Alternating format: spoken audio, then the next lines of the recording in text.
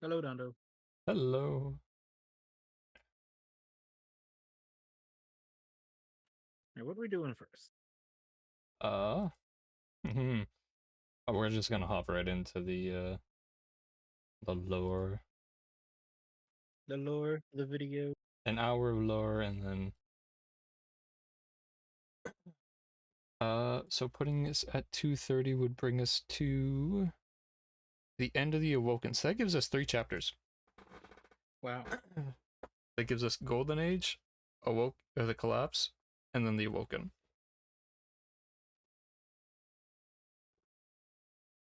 So, and then we should be able to get Stasis tonight. Maybe if you would, we should be able to finish uh Beyond Light. I imagine. And then that gives us time to do.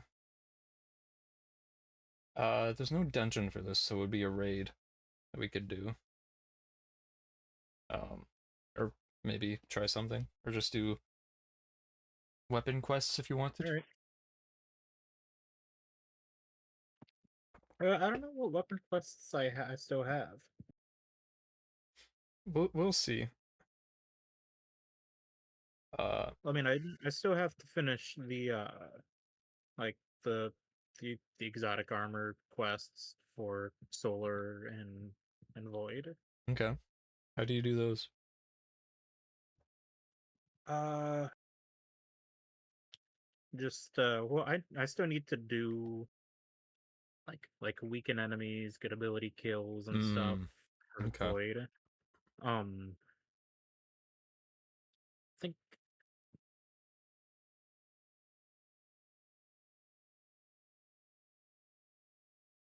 Well, oh, we could look into it more in the game. that's the wrong screen again. Dude, Hello, OBS. I'm gonna put a rock through my monitor. I'm going to break my monitor, I swear. I'm going to break my monitor. That whole time I was deafened. I was trying to get the audio to work and listen back to it. And it was like picking up the highest registry, so I was yelling Oh, just into my microphone. what the fuck? And it was picking up my webcam, not my Rode mic. Picking up Okay. your webcam. Yeah. I updated my Rode mic yesterday and it just wasn't recognizing it. Okay. Oh, So again, chat, this is Bifes. My name is Bifes. Complete Story of Destiny. We are starting from an hour 24.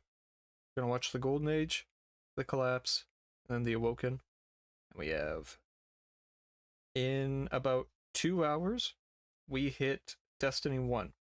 So we're woohoo! still Okay, in the oh, it's 2 hours. we're still in the pre-lore. So okay.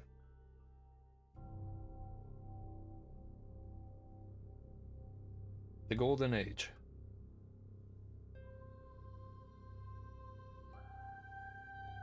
So I guess recap.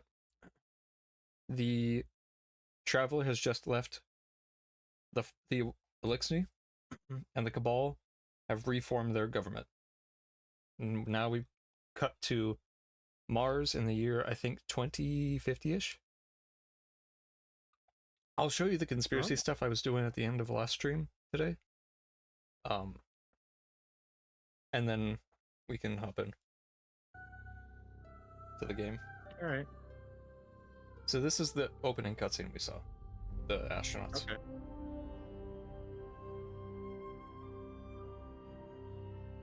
At last, our tale turns to humanity, who at the time were a primitive civilization, but even by the standards of most, we had accomplished a few marvels in our time.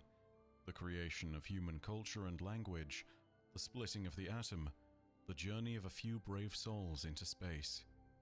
But it was in the early 2010s that the world held its breath as a signal was detected from our closest planetary neighbor of Mars. Something remarkable was happening. The world was changing. And perhaps most shockingly of all, it did not seem to be a natural phenomenon. The events taking place on Mars defied scientific explanation. Hastily, the three greatest powers on Earth at the time assembled a joint task force. The United States of America, Russian Federation, and People's Republic of China joined forces to send an astronaut, taikonaut, and cosmonaut to Mars to investigate. The mission would be known originally as Project Catamaran, but it would be remembered in history as Ares 1. And so it was that on a fateful day in the year of 2014, the explorers Mielova, Chow, and 2014. Hardy Mhm. became the first humans to step out onto the surface of another planet. They were unsure So Destiny 1 came out around that time, 2014. Oh, okay. of what they might Oh, find present when day. they arrived. Yeah. Okay, And 2014. whilst all hoped for a peaceful encounter, they had been armed in case of a hostile event. Across mountainous terrain and through uncharacteristic Martian winds, they trekked toward the signal's source, anticipation building with their every step. As they crested the ridge, they saw it, the source of the signal and the reason for the disturbances. Together they beheld the entity that would change the fate of humanity forever, the Traveler.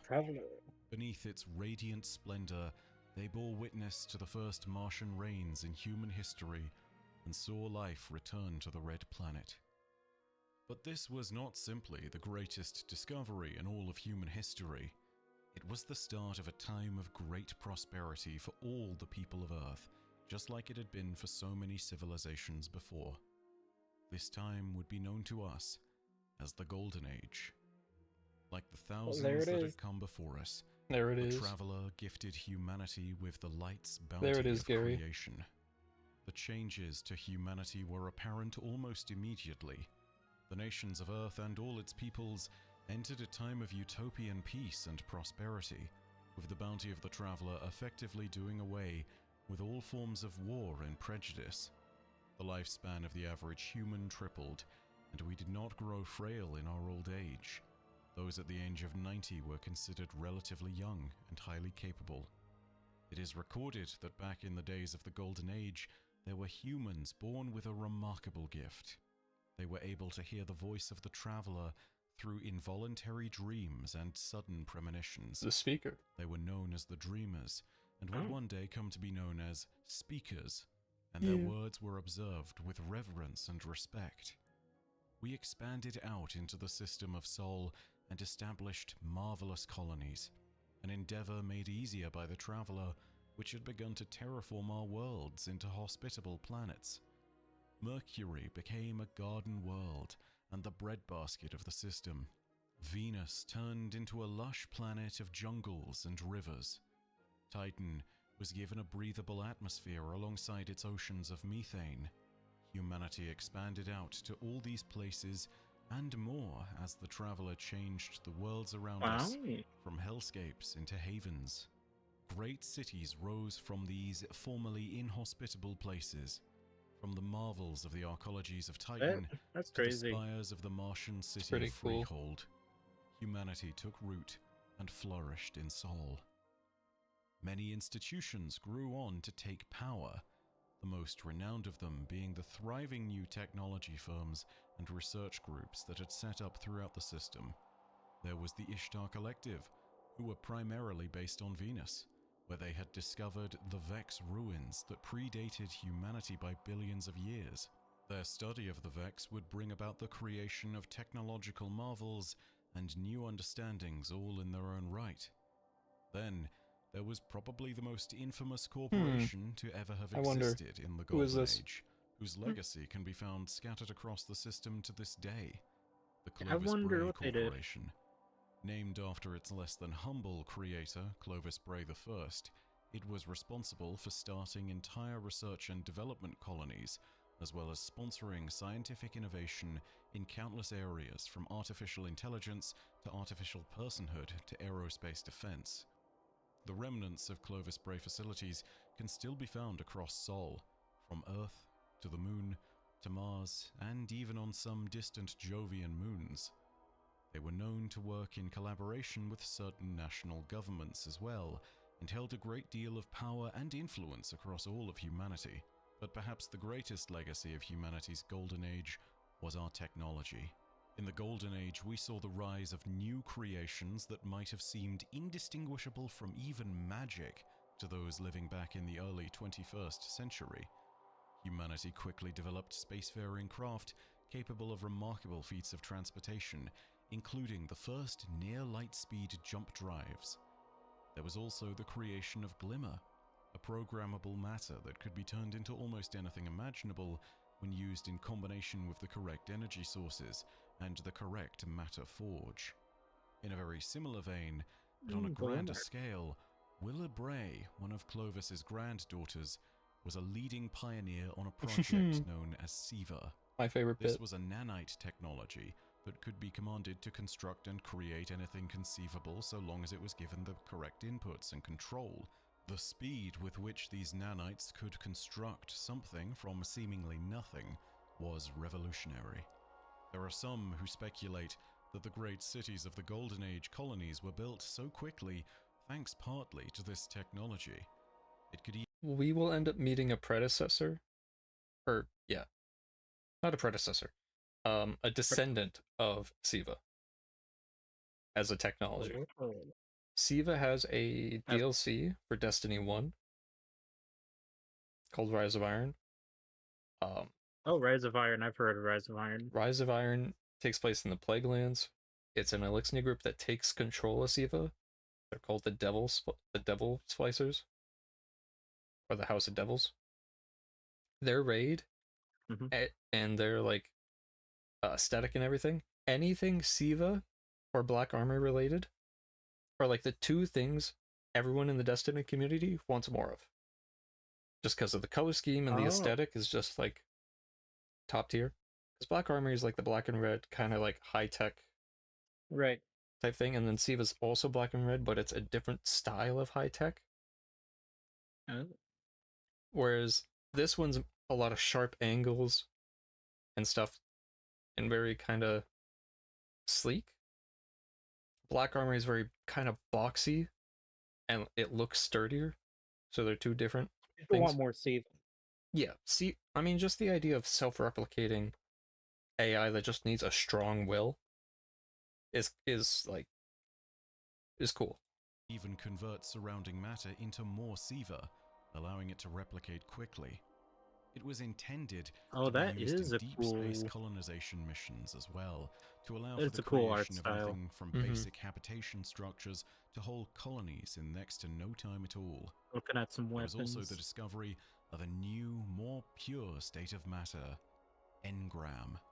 Within this state of matter, information and energy could be stored and encoded with near-perfect precision, and whilst it would decay over time, engrams became as reasonable a means to store data as any other. They were in fact significant data stores, and can still often be found in the wild, decrypted, and materialized into whatever is contained within, as long as you have the appropriate skill of cryptoarchaeology. But undoubtedly, there were two inventions within the Golden Age that were more remarkable than any others: the Exos and the Warmind. Exos were merely theoretical for a long time. The idea was a simple one: a human consciousness stored digitally on a mechanical body, thus allowing the person to live on with immortality inside their mechanical shell. It became the obsession of Clovis Bray I, who desired immortality and believed that he would be the one to guide humanity into a second age of man, where they would surpass even the Traveler. Exomines had been created before in the Golden Age by others, but they had universally failed, falling prey to fundamental flaws that saw the spark of the human mind dim and go out every time. The first hint to the secret of true Exos was discovered on the Moon. A project under the watchful eye of Clovis's grandson, Alton Bray, had uncovered something terrible but powerful. The so-called K1 project had uncovered an artifact buried on the Moon. We still don't know what this is. As the Anomaly, and had inexplicable properties. Oh, that's why everything is But called chief K1 amongst them on the Mhm. moon. was a series of hallucinations and nightmares suffered by the crew.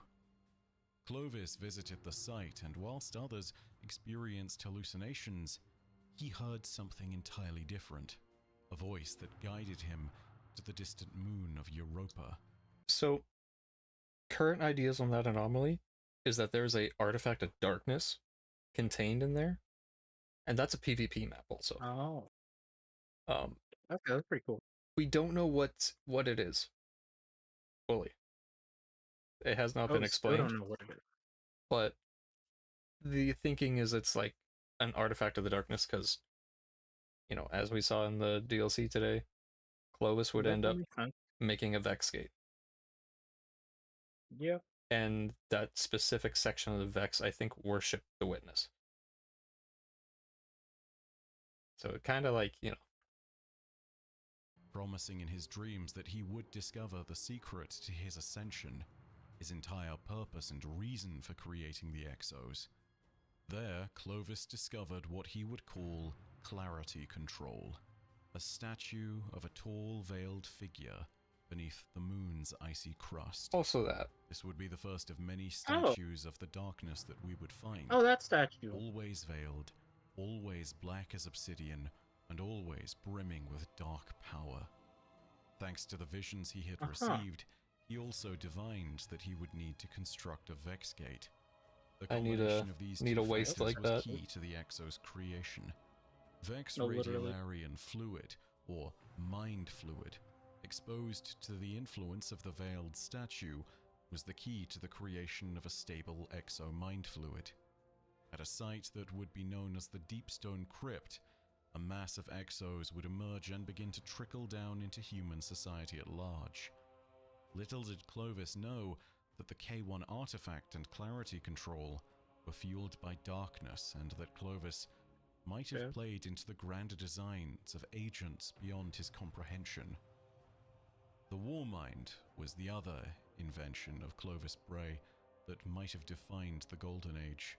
But whilst his granddaughter Elsie Bray would have been close to the Exo project, it was Anna Bray who was close to this one.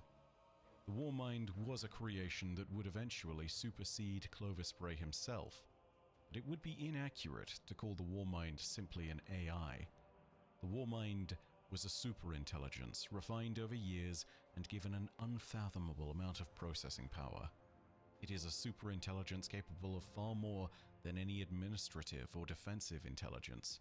Its original template had been derived from the Ares 1 mission, where it was a smaller AI that had simply been nicknamed R. It would now be given a new name under Clovis Bray and his granddaughter Anastasia Bray. It would bear the name Rasputin. Rasputin's systems were so vast that he would sometimes split himself into different sub-minds in order to partition different tasks into different working groups. In the Age of the Guardians, this even gave rise to the theory that there were many great war minds, of which Rasputin was the greatest. Charlemagne, Malahiyati, Martel, all of these ancient names that were once thought to be great virtual defenders working in parallel under Primes inter pares were in fact just parts of the singular warmind Rasputin. But even with this in mind, they had their own thoughts and perspectives, and they would name Rasputin according to his influence. They gave him the moniker of the Tyrant. Rasputin's mandate as the Warmind was simple. His purpose was to be humanity's shield, protecting us from threats to our existence that might come from the stars.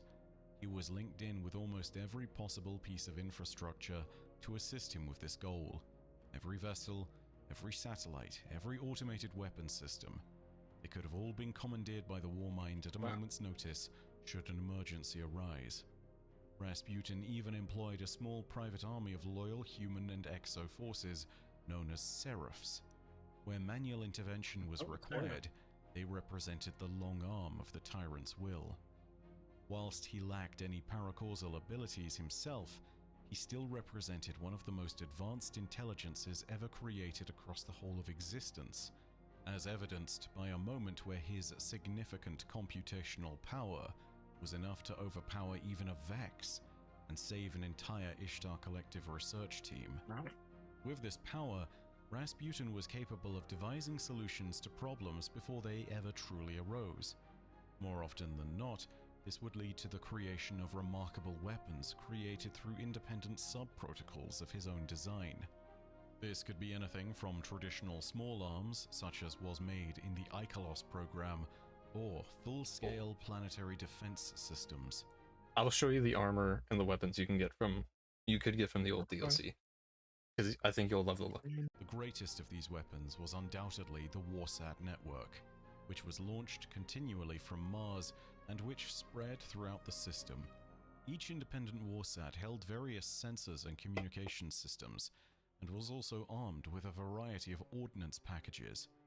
Clovis Bray I would at one point plan on using these weapons packages to do the unthinkable. In his hubris, Clovis believed that he could replace the Traveler with Rasputin, and so he engineered the possibility for Rasputin to strike down the mysterious sphere. A protocol called Abhorrent Imperative was inserted into the Warmind's code, allowing him the option to do just this, should the Traveler abandon humanity. This could have led to disaster, but luckily, Clovis Bray wasn't the only one working on the Warmind. His granddaughter, Anastasia, was concerned with Rasputin's capacity to understand the worth of humanity. If Clovis Bray gave Rasputin his mind, then it would be fair to say that Anastasia Bray gave him his soul. It was thanks to her many lessons that Rasputin would lock Clovis out of his systems, realizing that Abhorrent Imperative was something that he should probably never use. Also, do you know the whole thing of like the movie Anastasia? The 97 like Disney film? Like the musical? Yeah. It's like the musical. Yeah. That's where Anna Bray gets her name from, is that. Oh. Because her family was Russian in the movie. So having Rasputin learn from. Oh, yeah. Because in the movie, there's the That's evil cool. wizard Rasputin. So that's Well, the play on their names. That's where it's from. Whilst the protocol remained intact, it would never be used by Rasputin. Even if Clovis had tried to force him to use it, it would have failed. Rasputin's love of human culture would be reflected even to the last of his dying moments. If you ventured into his bunkers, every once in a while you could hear Tchaikovsky playing in the background. With all of humanity's newfound prosperity and its security all but guaranteed by the Warmind, we set our sights further afield.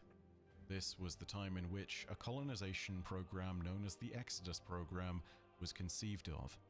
Dozens of massive colony ships were constructed, each packed with colonists and shipboard systems that would propel humanity to the stars unlike Timothy beyond Chalamet. Sol. The Exodus vessels were designated by color, such as Exodus Red, Exodus Blue, Exodus Indigo, and Exodus Black. Under the supervision of General Chen Lanshu, these vessels were assembled and launched from the old cosmodrome in Baikonur, Kazakhstan, and negotiations with Clovis Bray were even undertaken to see Siva nanites placed aboard each vessel to assist with colonization efforts, or defense should the need arise. The Golden Age and all of its prosperity had been a great boon to humanity, but as history has shown us, this time of peace was not to last. There were signs that it would one day come to an end, but most unfortunately, they were almost universally ignored by humanity. And even as Rasputin quickly moved to counter the oncoming threat, it was readily apparent that there was little that could be done to halt the coming storm. Humanity, like so many before, would experience an apocalypse that was all too familiar to those blessed with the Traveler's light. The forces of the Witness were on the march, and the Black Fleet loomed on the edges of our system. We would be powerless to stop what happened next.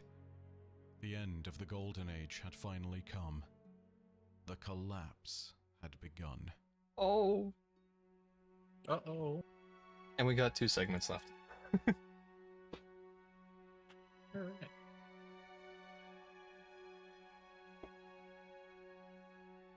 I love the artwork I've had for this. Oh. Yeah, the artwork is really good. Like the going between the Hello, planets is an artist Bife commissioned. Oh. That I think Really? yeah, Aslar.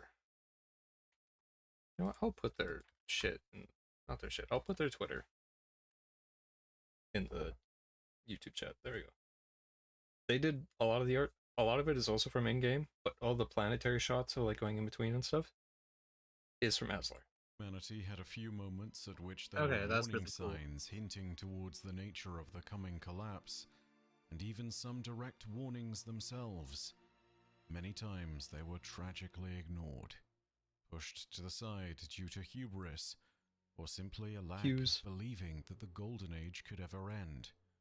After all, it was so easy to believe that humanity would never be toppled from the height of its power. But just like every civilization before, topple we did. And this time the whole of the system would be plunged into terrible darkness, like so many others.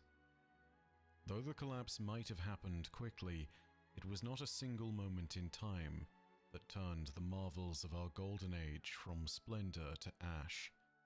There were warning signs long before this, and the months over which the collapse seemingly took place would have been brutal, playing host to countless tragedies.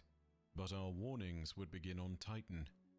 The proto-worm god Asa, sole survivor of Fundament, had made her home in the methane ocean's viscous depths.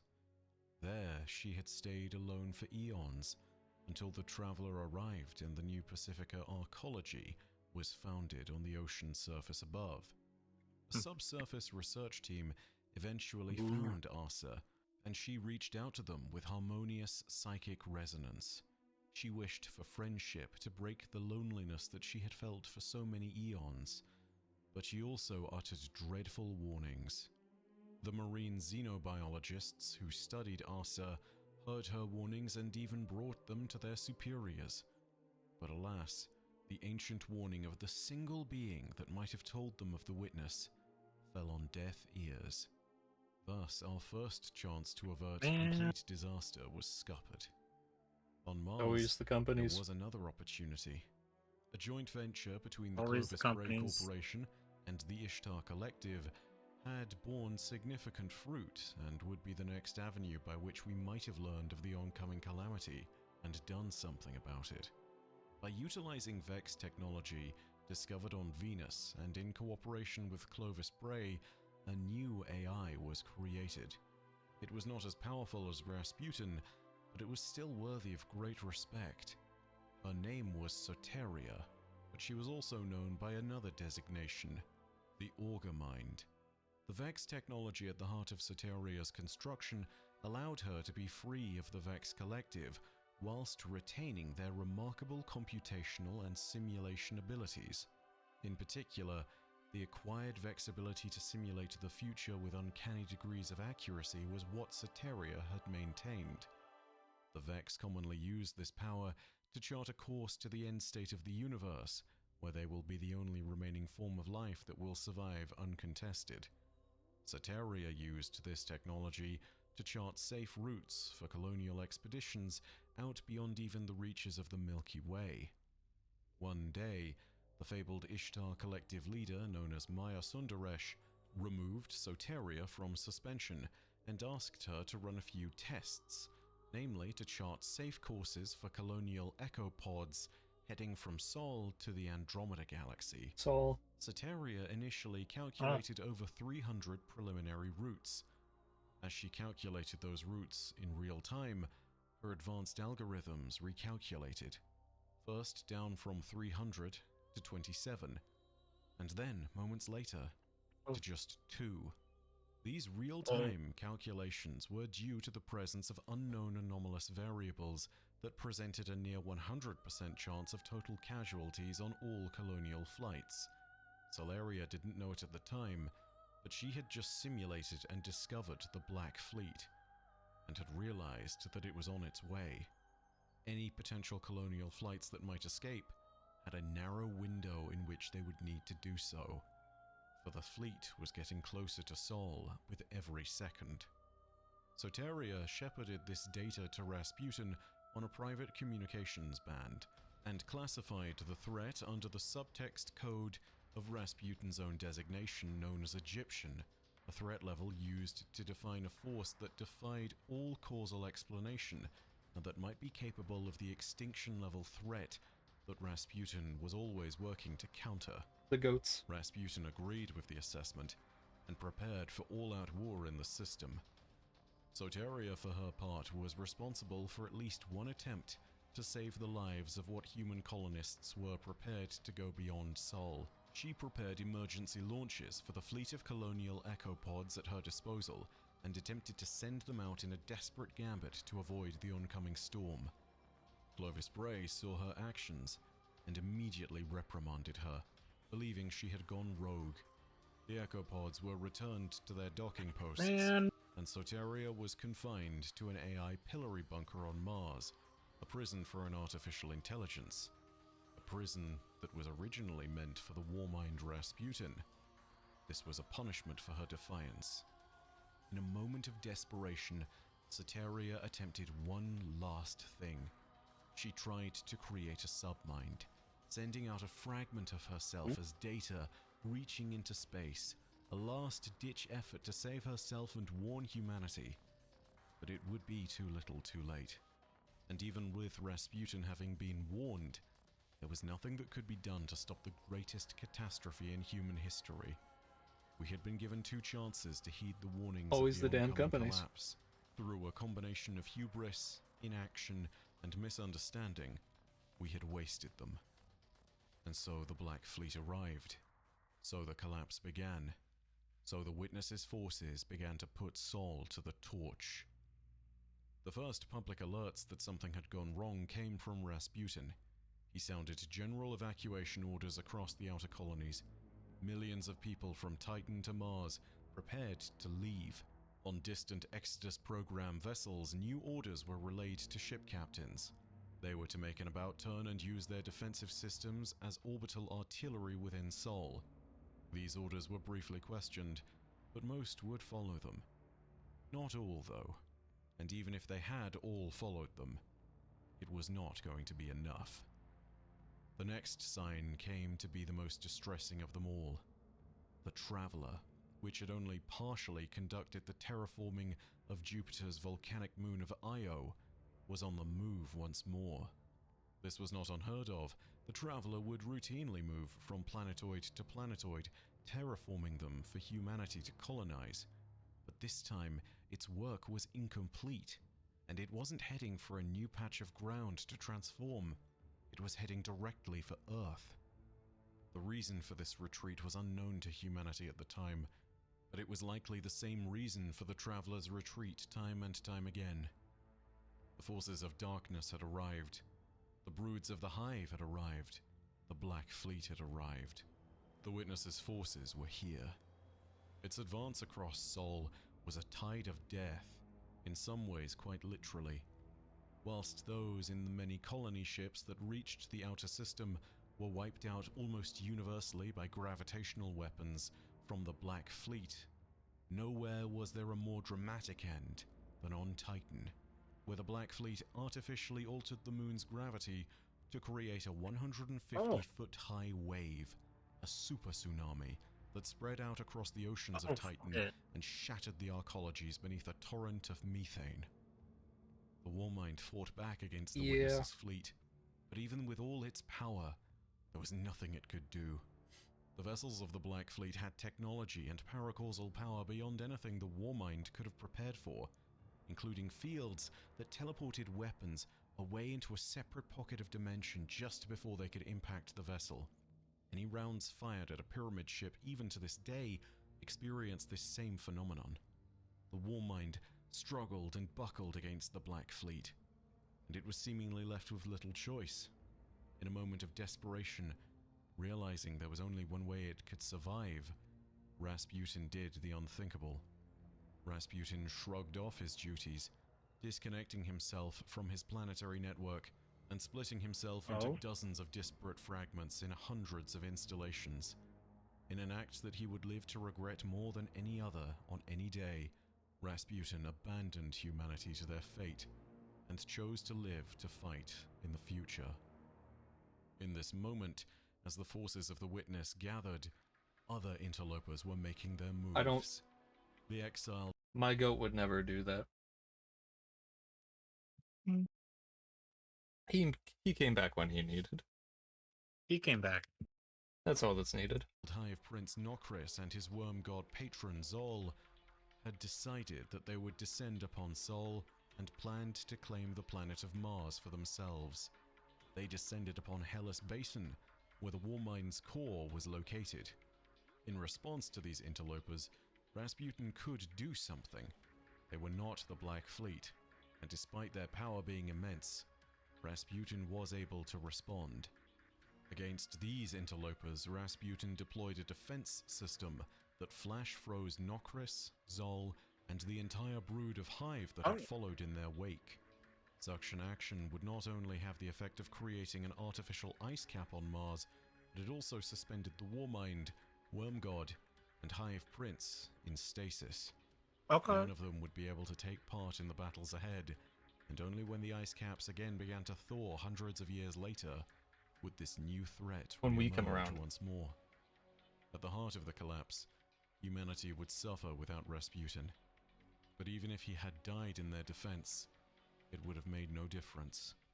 Humanity would die in their untold billions. The forces of the Witness were unleashed upon the worlds of Sol.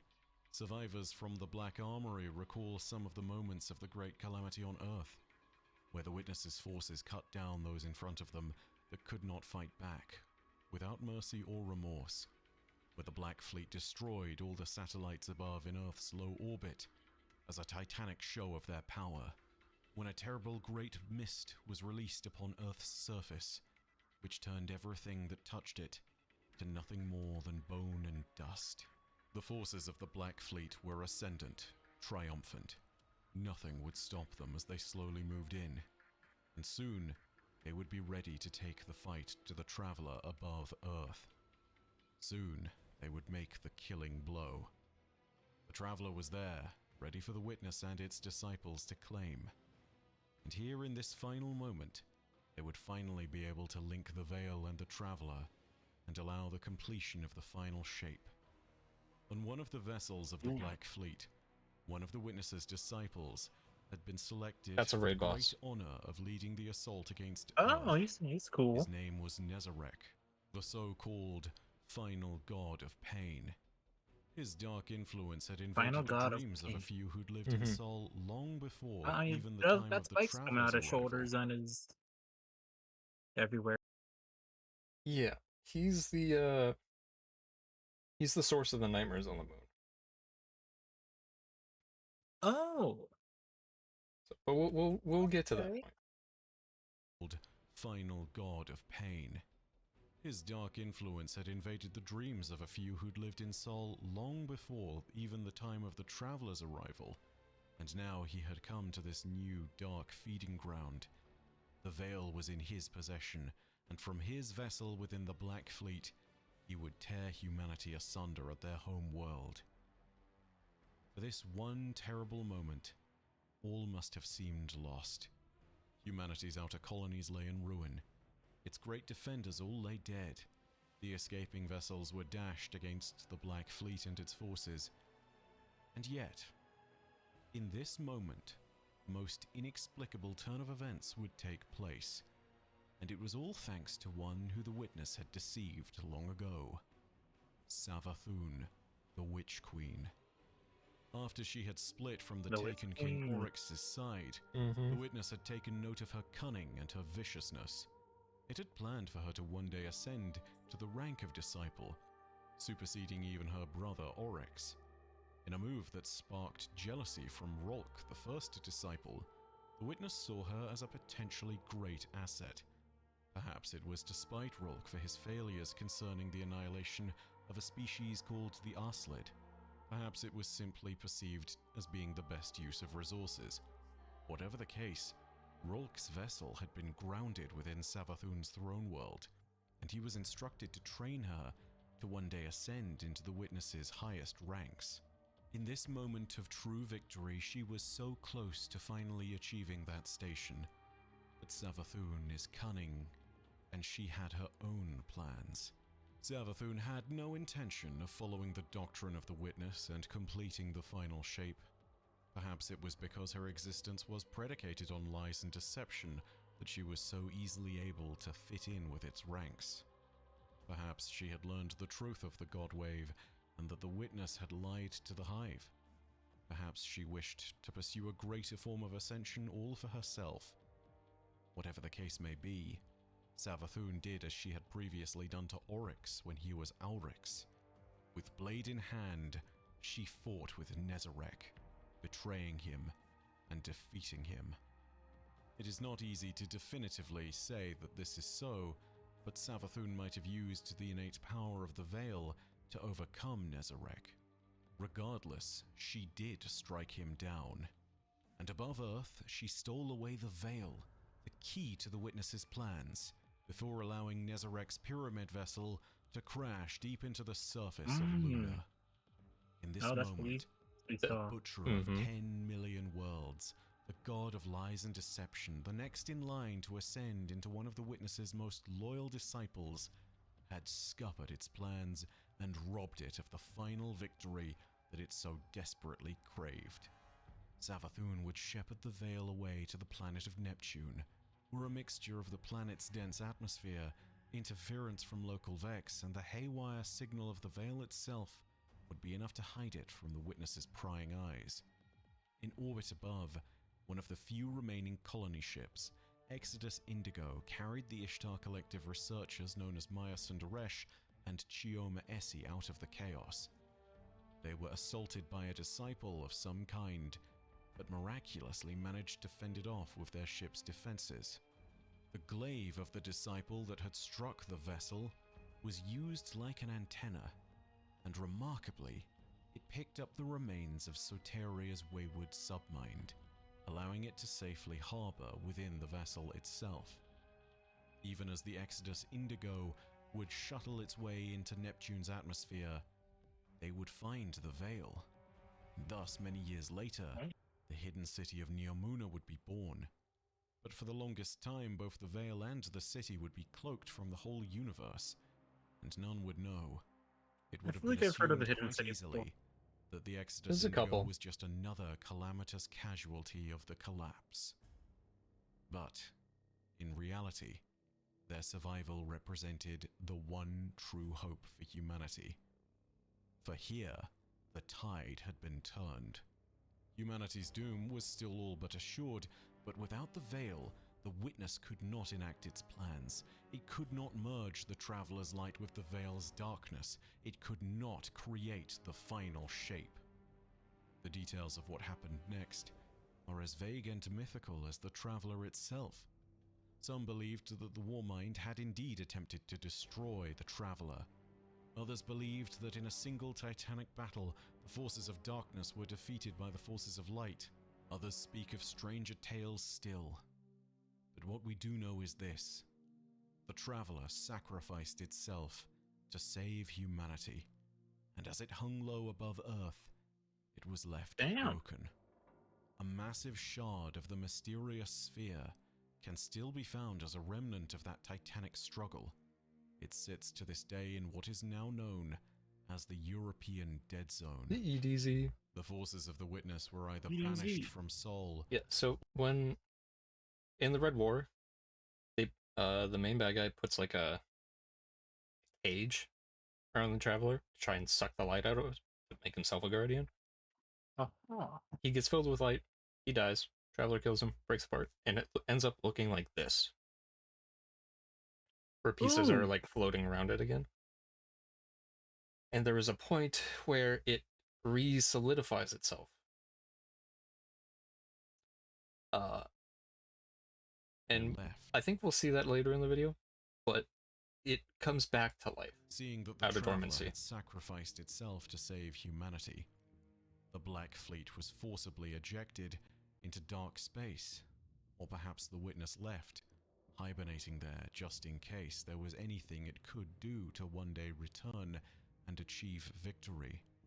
But for now, the Traveler had won, but the cost was utterly staggering. Most of humanity lay dead or dying.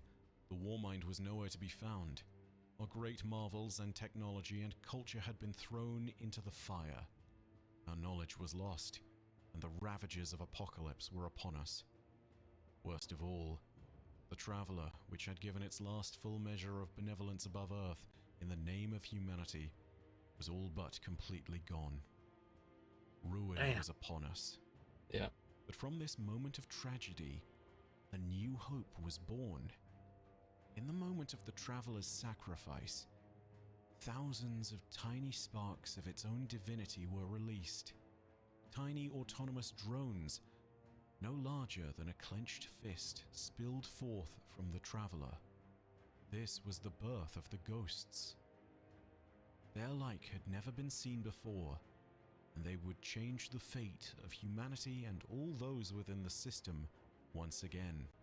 Their sacred mission, their singular task, was to head out into the system to find those amongst the dead who were worthy of wielding the Traveler's light, and to resurrect them as its undying warriors. Though they would be known as the Risen or Light-Bearers in the early days, in the ages that followed, they would almost universally be heralded by another title.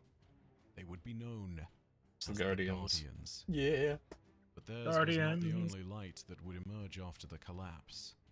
At the apex of the calamity, as darkness pressed in all around, out in the reaches of the asteroid belt, another miraculous occurrence would take place.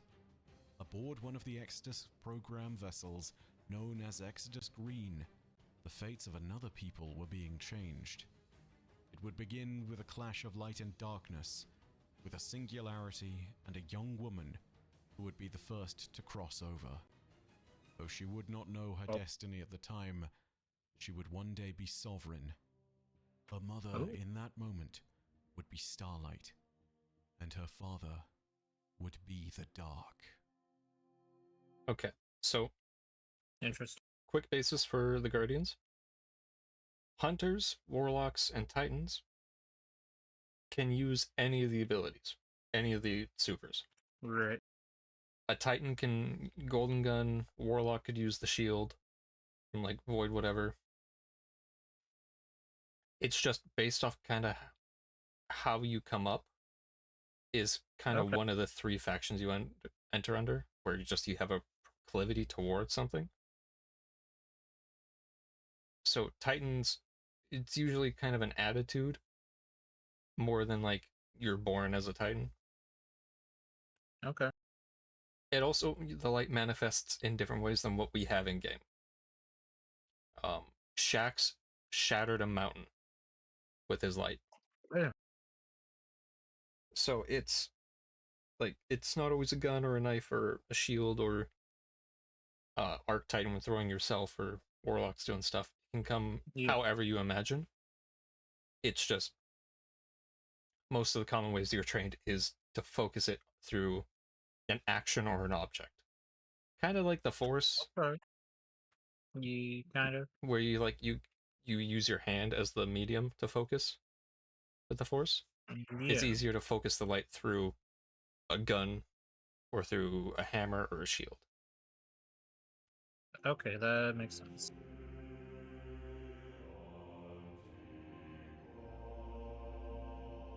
Now we meet the first of the playable races. Ooh.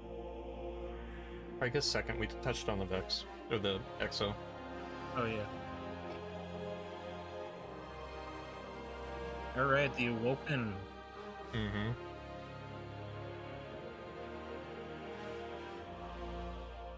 In the midst of the collapse, an Exodus program vessel, the Exodus Green, was partway through its journey into the stars. The passengers and crew were meant to form a new outpost of humanity somewhere out in the universe. Their plans were first interrupted by a silent shadow that was stalking their ship through the cold reaches of space. The ship's captain, Alice Lee, hailed the pursuing vessel multiple times to no avail. A phantom pursuer alone would be troublesome enough, but this vessel was likely one of the Black Fleet's pyramid ships, thus spelling an almost certain doom when it caught up with them. Their plans were further altered by the beginning of the collapse. The Warmind Rasputin dispatched orders to the Exodus Green to begin using its defensive kinetic weapons as artillery and to return to the system to counter the arriving threat. Alice Lee, pursued by a mysterious assailant and being recalled to fight for a system that she would soon not even call home, ignored the Warmind's orders and sought to save her crew. Her defiance would not win her any mercy with her pursuers, which quickly entered weapons range and began to violently grip the vessel with gravity waves. Alice Lee and the rest of the crew were being stretched on a molecular level, torn asunder slowly as they tried to flee desperately. In this moment, Alice Lee sent out every comm-buoy and antenna that she could possibly extend. She sent out a request into the dark for anything to hear that might care. She declared her intention that her and her crew were to be considered a separate entity from humanity and Sol, a neutral party with no allegiance to Earth. Whether or not this made any difference to their fates is unknown, but there was at least one crew member who was determined to take fate into her own hands. Her name was Mara, and she had seen that soon she was likely to die. She wished to go out on her own terms, so she donned a spacesuit and went out on a long tether from the main vessel. Her brother, Aldwin, as was his nature, followed in her footsteps. As Alice Lee sent out her message, with the Exodus Green surrounded by darkness, a sudden light appeared. In that moment, a clash of primordial forces took place and the very fabric of the universe buckled. A singularity formed within that clash of light and dark, and it began to drag the Exodus Green into its depths. Seeing his sister in mortal peril, Aldwin reached out and beckoned Mara to return to the Exodus Green. But Mara did not look back.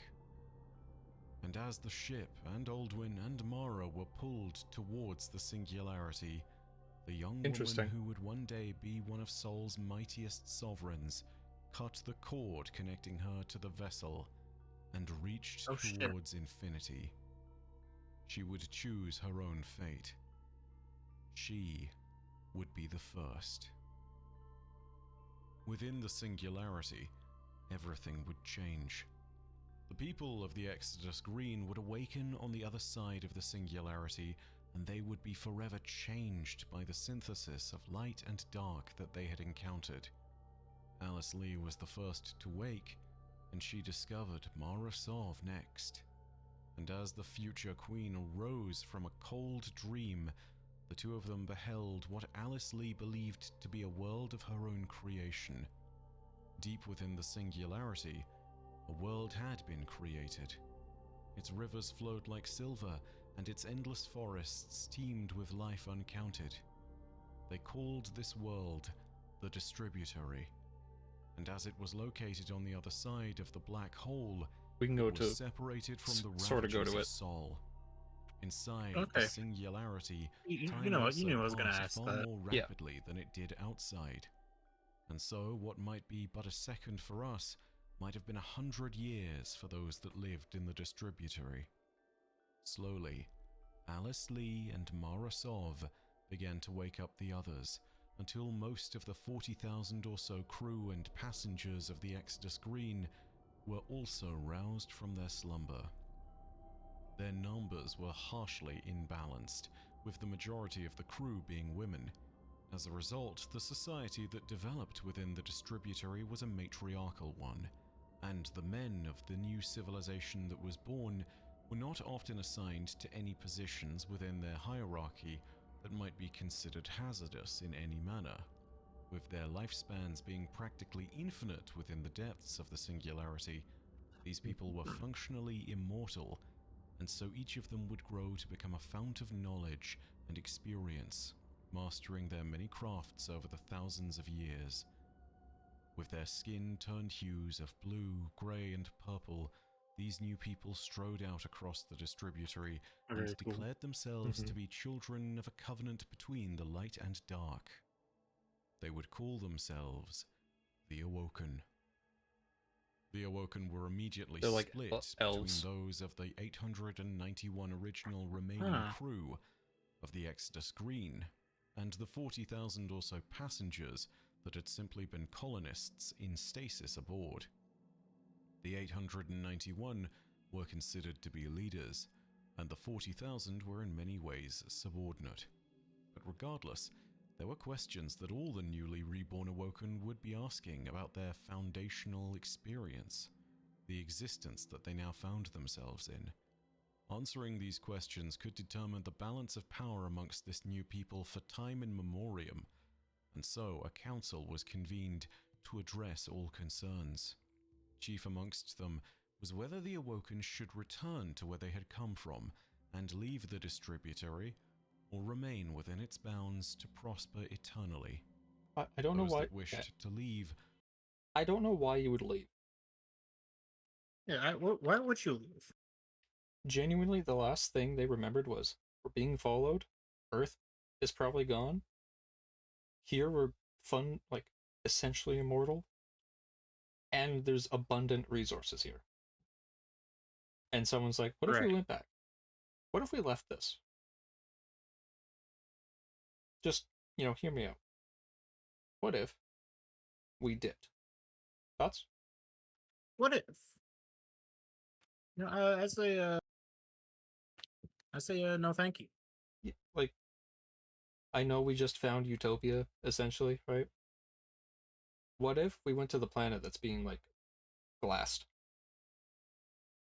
Yeah, right. were known as the Echolystes, who believed that the Awoken owed a debt to the cosmos that had saved them from destruction. Those that wished to stay were known as the Sanguine, who believed that the covenant of light and dark that had created the Awoken had been made with the understanding that they would forfeit all right to their history in exchange for a new start here within the distributory. Alice Lee proudly proclaimed the Sanguine position and declared that the Awoken should go forth and explore the infant cosmos of the distributory. In secret, Mara Sov would counsel others gathered by her reborn brother Aldrin, and would state that when the time was right, they would all return. Alice Lee would leave this first council in an ascendant position, and proclaimed herself to be the first queen of the Awoken, as she believed herself to be the first of the Awoken to have ever existed. After the many decrees about the Awoken people that day were spoken aloud into covenant and law, Alice Lee made her first command as the queen of this newly reborn people. There would be no lies amongst the Awoken. Little did she know that this well-intentioned first decree would be the source of so much pain, and would also bring about her downfall. As the Awoken people expanded out across the distributory, some would form tribal groups out by the forests and seas. Predominantly, these people were of the Echolyste persuasion. Those who dwelled in the cities, on the other hand, tended to be of the Sanguine mindset. Unbeknownst to all but a few, the seeds for division elves. were laid in this foundational difference.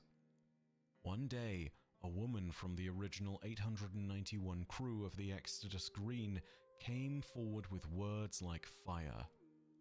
She was the Diasarum, and she would loudly proclaim that Alice Lee had committed deicide, the murder of a god. It had long been accepted that Alice Lee had been the creator of the Awoken peoples and the distributory. The Diasarum stated that Alice Lee could have chosen for all the Awoken to have a divine form, that she had instead chosen to grant them the same mortal form that they had maintained in their past lives, The Diasarim stated that through this choice, Alice Lee had effectively created all awoken suffering in the universe. She had killed their potential divinity in its crib. The real damage of the statement was not simply the notion that all awoken had been denied an existence without suffering. It was also that Alice Lee had potentially lied by omission. She was meant to be the queen without secrets, and yet she had kept the most terrible secret for herself. This moment, this accusation of the murder of unborn gods, would be the event that began the first war of the Awoken, the Theodicy War. It's another point where I'm like, these were all kind of just normal humans. How long were they there that they're like, yeah, I should have been a god? You know? Like, I'm sure going into a black hole kind of does things to your mind. Yeah. And living for infinity probably does things to your mind. But at what point do you go, you know, I think I should have been a god, and you killed me. That feels a little like... That's a little weird. Mind you, if a second is like 1,000 years, and they were there for centuries, probably in like, the what, billions? If not way older. But like, that's... The point from A to B does not seem like a straight line. Prior to this moment, there had been no need for paladins or protectors. With the Theodicy War,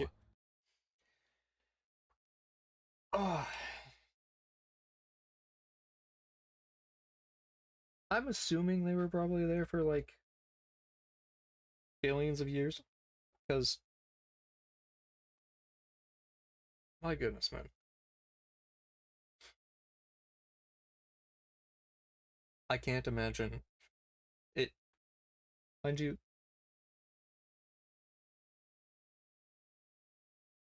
how long would it take?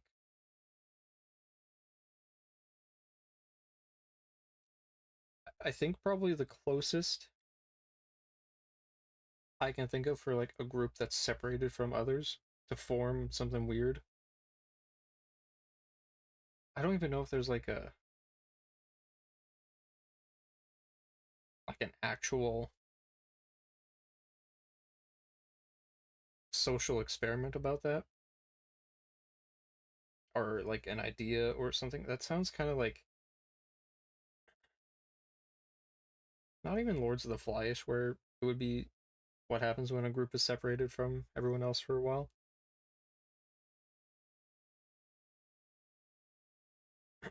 I don't know what it would be, or how accurate that would be, but that feels... If you're the same people, right? Obviously, they would have had kids. 40,000 people living for eternity. Someone's gonna get freaky. But the like I said, the point from A to B feels very non-linear. Because there's no... I don't know.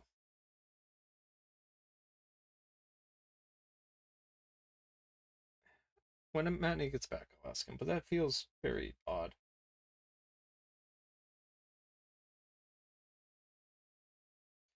Prior to this moment, there had been no need for paladins or protectors. So for possibly billions of years, they were just like, we're chilling. And then all of a sudden, it's like, I could have been a god.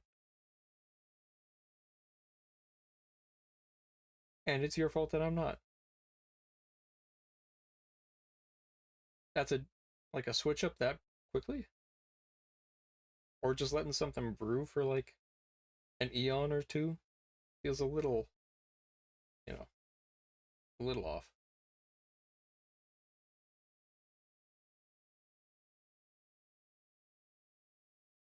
Yeah. So, I think Matney's getting a drink or something.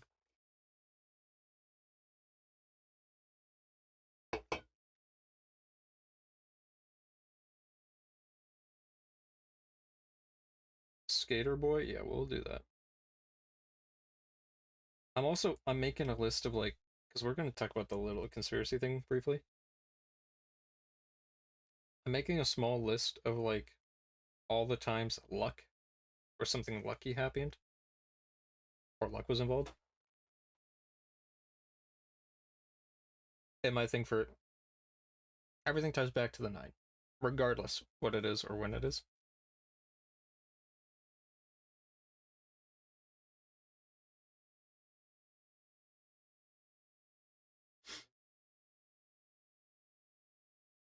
That's so far I have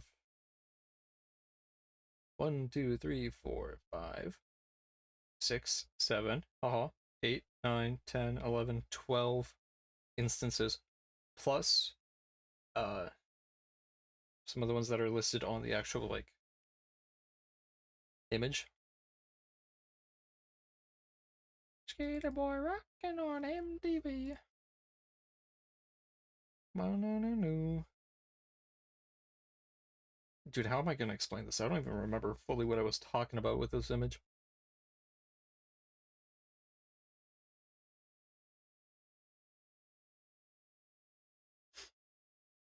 Hmm. I also gotta change this anyway. See you later, boy.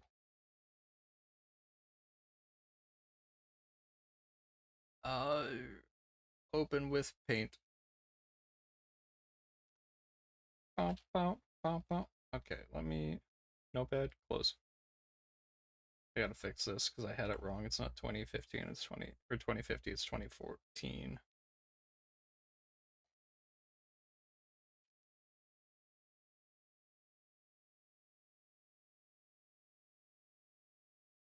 A little wide out, boom.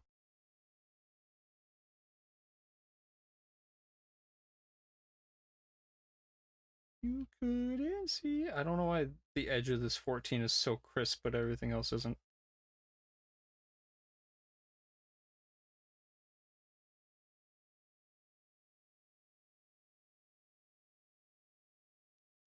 Okay. So we got that up. I have the notepad up and ready. Back to reactions. Close this, close that, close that, close this. Yeah. Chat, do you have any questions about the lore stuff?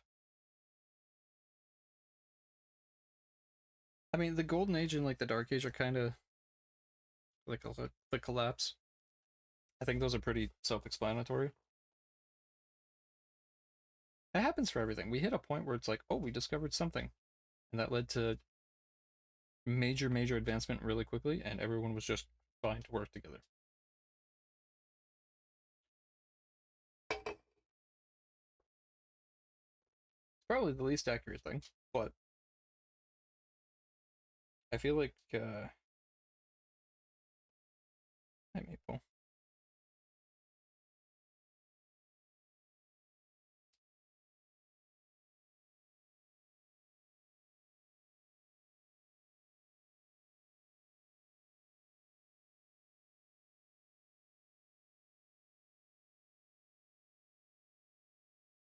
Hi Maple. So, cause like, so the Exo are basically born of darkness. It's using mixing Vex fluid with the darkness artifact to create the Exo minds. The Awoken are created from a singularity that's a mix of light and dark, so it kind of tied to both. And then humanity's just tied to light, kind of. They're also kind of neutral because they don't have that connection. Hi, miss. It's okay. So it's still odd to me. I kind of get it. They're like, hey, I want to go back and see people. But if you consider your home like basically destroyed, burned and like glassed and just ripped apart, why do you feel the need to like, hey Maple, come lay, go lay down, come lay down, come lay down. It's okay. Come lay down. If you consider everything you had as destroyed and gone and like basically non-existent, why would you decide, hey, I want to go back? That feels kind of like, why would you do that? I don't get that.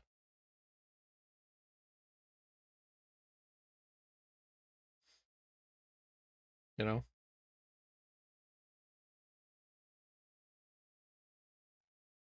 Where did Matney go?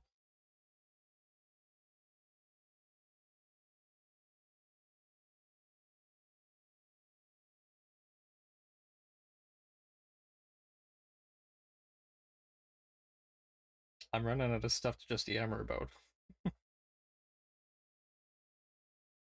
Oh.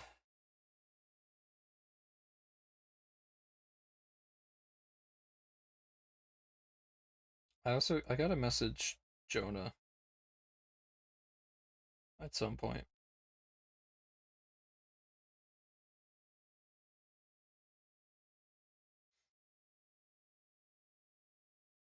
I think I'm gonna try for probably Tuesday or something. Sometime first or second week of May to do the Deadlock Marathon, but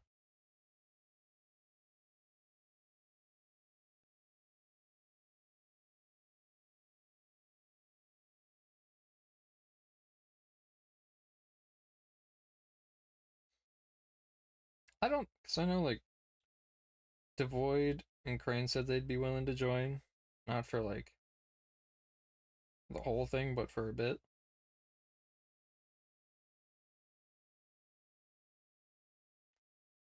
I'm assuming Jonah would probably play a couple.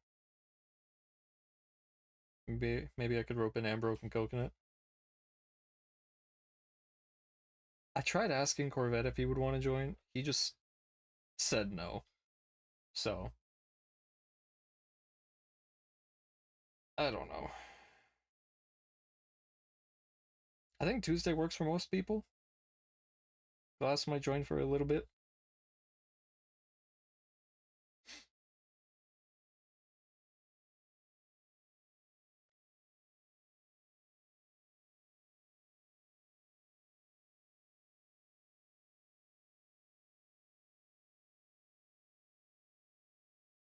Okay, I'm back.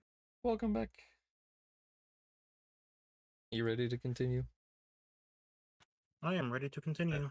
I got my notes on my conspiracy theory image ready to go for after. No need for paladins Oh, or wow, all right. protectors. But with the Theodicy War, a Rubicon of conflict was crossed, and the Awoken were changed forever. The war would erode the authority of the Queen, but she would eventually send Osana Sov, Mara Sov's mother, to negotiate with the Diasarim and sue for peace. When Osana met with the Diasarim, she promised her that her daughter Mara Sov would tell her any secret she desired to know in exchange for peace. And so it was that the Diasarim traveled to meet Mara Sov atop the mountain where she resided, and was never. So, and I was saying like before, if they've been living here for like a billion years or whatever, they just now needed protectors. You went a billion years just Right. chilling, and all of a sudden you decided, I got a problem with you. How? How? Yeah, that's I don't see it. I know 40,000 people in that colony ship. I know someone be getting freaky. So maybe it's like a new kid. But a billion years, no problem. And you're like, I could have been a god. Fuck you. And now everyone's like, you know what? Fairs. Let's make guns. I don't. Never seen again. The questions of what happened and how the Diasarim disappeared persist in the legends here to this day. Did Mara kill her? Did she cease to be, having heard an unimaginable secret? Did she change her ways and choose a new life after having caused the first war? Was it always Mara all along? None can be sure, but what we do know is that the Diacerim was most certainly Mara's puppet in this regard. She would allow the Ecolist cause to wither for a time. She did not believe it was the right moment for the Awoken to return, but one day, return they would. Before that time would arrive, Mara would have a chance encounter that would change her life forever. As the Sanguine's faction's truth flourished, their scribes gathered all knowledge, including portents and prophecy, to their side. In this way, they heard the discontent of Mara and Aldrin, who still quietly supported the Ecolist position. To these scholars, they represented something of an existential threat. If Mara were to ever gain power in the future, she could be the spark that started a second Theodicy war. One day, a colossal Awoken warrior would enter the court of some of these scribes, armed with a longbow so massive that only a woman of her unchallenged strength could even string it, let alone draw it to its fullest length. She declared that her name was Sieur Ido, and that she was hunting Mara Sov for the murder of her lady, the Diacerim. The scholars of the Sanguine saw this as a chance to potentially save thousands of I know, start of a love story. lives by taking just one. So they did what they could to direct Sieur, though she would still not find her quarry for a long time. Under the Awoken's second queen, Ngoya Pin, a masked figure would enter the royal court. This was Mara in disguise, and she would counsel the queen for a long time, swaying her to become an Ecolist and encouraging her to open her court to all the knowledge of the world. The many scholars gathered there would be set to work in a way that suited Mara's cause. But one day into this court, many years later, Sieur Ido would walk, still furious over the death of the Diacerim, still hunting Mara. But when she found Mara in her laboratory, she was stopped in her tracks. Her fury was suddenly tempered by Mara's grace and beauty. Her hatred wilted, and something else blossomed in its stead.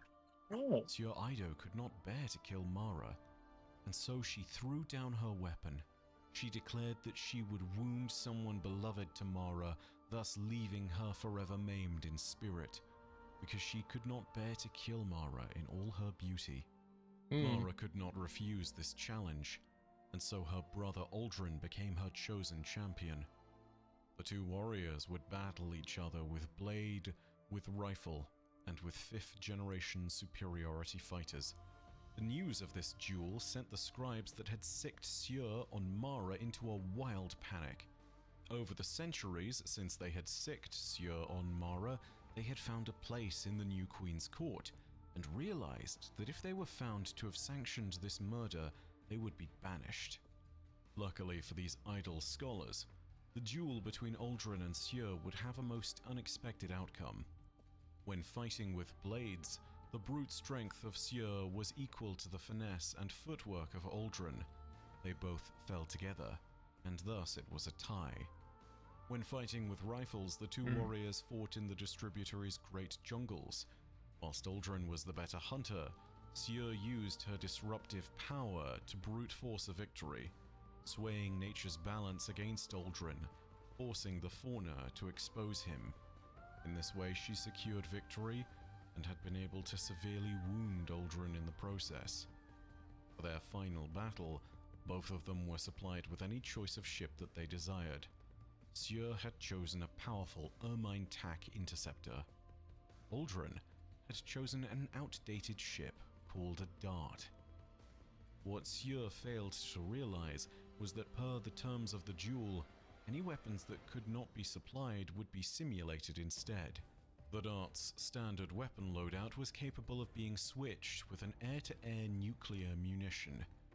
Using this simulated munition, Aldrin scored a kill from over 80 kilometers away, and Sieur Ido lost before she could even see him. The score was all tied up. Realizing the stalemate, Sieur threw herself before Mara and said that with the tie, her fate was in Mara's hands.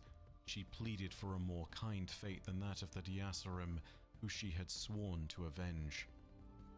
Mara approached the humbled warrior and said, "Rise, Sieur Ido. Let us take the stars together." The exact story of the blossoming love between Mara and Sieur is not recorded in complete detail, but given the lifespans of the Awoken were near infinite, it may have been a love that endured as unassailably as the moon and the tides that it brings. Mara would have need of strong confidants, especially for what came next, and few amongst the Awoken were as strong as Sieur Ido. Mara scoured the great archives of the Awoken, looking for knowledge. She had to prove what she already knew, that the Awoken had to return to the greater universe. To do this, she launched countless satellites and instruments of observation into the orbit of the distributary's planetary gravity. When she had sufficient proof, she would address the Awoken people and tell them of this most fundamental of truths. Mara at this point was the face of the Ekalist belief, and with data to back up her assertion, she would inform the Awoken of the reality that they had to face. Returning to the universe at large would be perilous, and it would pull the Awoken from the distributary, thus robbing them of their immortality. But Mara's sway over the people was immense. What's more, Mara told them of the fragments that had been retrieved from the observation instruments. What little they had heard indicated that their kin on the other side were in terrible danger, and that the Awoken had escaped the same fate. The distributary was a refuge, but they had arrived there by escaping a madness more ancient than one might fathom. Despite the danger and the guarantee of embracing mortality, Mara gained the support of tens of thousands of the Awoken, thus granting her the people that she would need for an exploratory expedition back into Sol. Before she left, she deemed that there was one thing she had to do. Mara went to Alice Lee, the first Queen of the Awoken, she who had believed the distributary to be of her design, who the Diasarim had accused so long ago of robbing the Awoken of divinity, to whom Mara had told the first lie. Sitting with her, Mara would tell her the truth. It was not Alice Lee who had created the distributary. It was not Alice Lee who had been the first amongst their people. It was not Alice Lee who had denied the Awoken their divinity. It was Mara. She was the first. Alice Lee was enraged at the truth, knowing now that Mara had engineered all that had happened across the history of the Awoken, knowing that all the suffering of their people was her fault, knowing that Mara was guilty of the very thing she herself had been accused of, an accusation so strong that it sparked anew the concept of war itself in a universe unblemished by it. Alice Lee would then throw her support behind Mara's expedition from that moment, not out of agreement, but so that she could rid the distributary of Mara forever. The last thing she called Mara was the devil. After some preparation, the expedition would be successful and Mara would return to Sol. It was then that she discovered the system in utter chaos. She quickly... So, I brought up the question while you were gone. How long do you think it would take for them, like, a section of people removed from everyone else, to basically just go back to, like, Arthurian type, like, dialogue? Ooh, probably a while. Because, like, there are still people from, like, at most 2150. Yeah. So cultures have probably commingled quite a bit if it's a time of peace during the Golden Age. But it took you billions of years, possibly, to thousands, billions of years to get weapons, or to remake weapons, when you were just chilling. And you're like, I can't believe you would lie to me. and do all this. And all this, like, very Shakespearean, like, plotting and backstabbery and whatever. I But I don't. like the concept of the Awoken, Mm-hmm.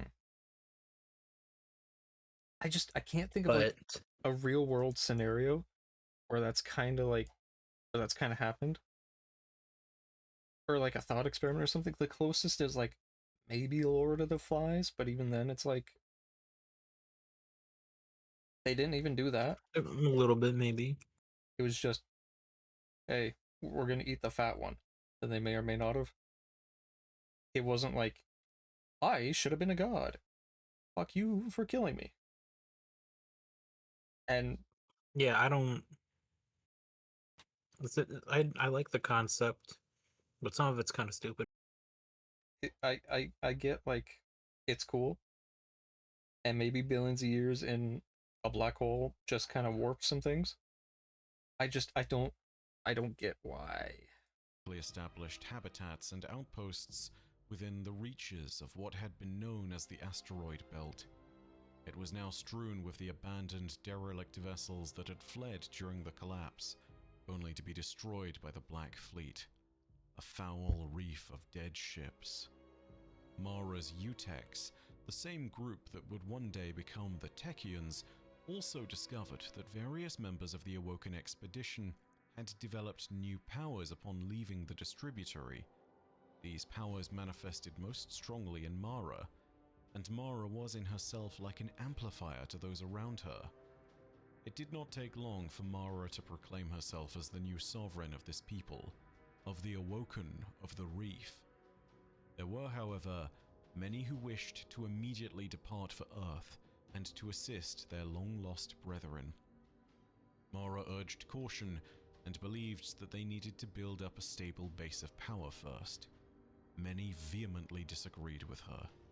There were even riots on the matter, which momentarily plunged the reef into chaos. Exploiting this opportunity, a new set of interlopers descended on the Awoken.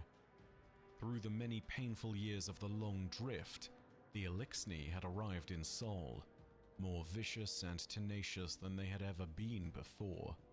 These Fallen would momentarily clash with the Awoken, and Mara, Sieur, and Aldrin had to rally their people to fight off the invaders. As the raiders were fought back, some of the Awoken had taken the opportunity to act on their desires, and a vessel was quickly launched away from the reef before anyone could stop it. Seeing her control start to wither, Mara relented. The Awoken would be given one choice each. They could either remain in the reef under her rule and build towards a future for the system on their own terms, or they could leave now and assist humanity at the cost of never returning again. Thus, the Awoken, who had already been torn apart by those who left the distributory and those who stayed, were riven once again into the Reefborn and Earthborn Awoken. Those who left Mara's control would go on to do an immeasurable amount of good for the people of Earth. Many would even be judged as being worthy of becoming guardians upon their death. But the Like world Zwella. that they had emerged into would be a terrifying one. Where before humanity's golden age had stood, now there was only ruins, rust, and the remains of those who had died in the collapse. Okay. And that's where we can end that for today. All right. However, I have some notes. Here, let me share my screen again. All right. Okay. So, I watched a bit of a video, or I watched a video from a guy named Donkey on YouTube. He does, like, conspiracy theory and, like, theory videos for Destiny. And his thing is, like, Marathon as the universe and Destiny as the universe are connected in, like, a multiverse thing, right? Uh-huh. I think he's correct with a deviation. At some point, there is a split for our world, right? There's us. And as we go up, something occurs in the universe at whatever point in time that splits into Halo, Marathon, and Destiny. In Destiny, the Traveler arrives in 2014, but things happen earlier before then at some random point. Halo splits off in the space age time around 95 to 99, right? That's when a lot of the stuff in Halo apparently kicks off for development. In Marathon, things happen like BCE times, but in 1930, an Aztec pyramid is found in Mexico, right? Yeah. The concept of the Nine are 9 fourth dimensional beings stuck in the gravity well of the planets and the sun in the solar system, right? And as stated, Yeah. the Nine's goal is to live and escape / gain control of the Destiny universe in some way, some fashion. Either by taking control or having control in a way that they're living alongside all the races that live in the universe and kind of just acting as like caretakers, or they want full authoritarian control. There's a split between the Nine of the inner Nine and the outer Nine.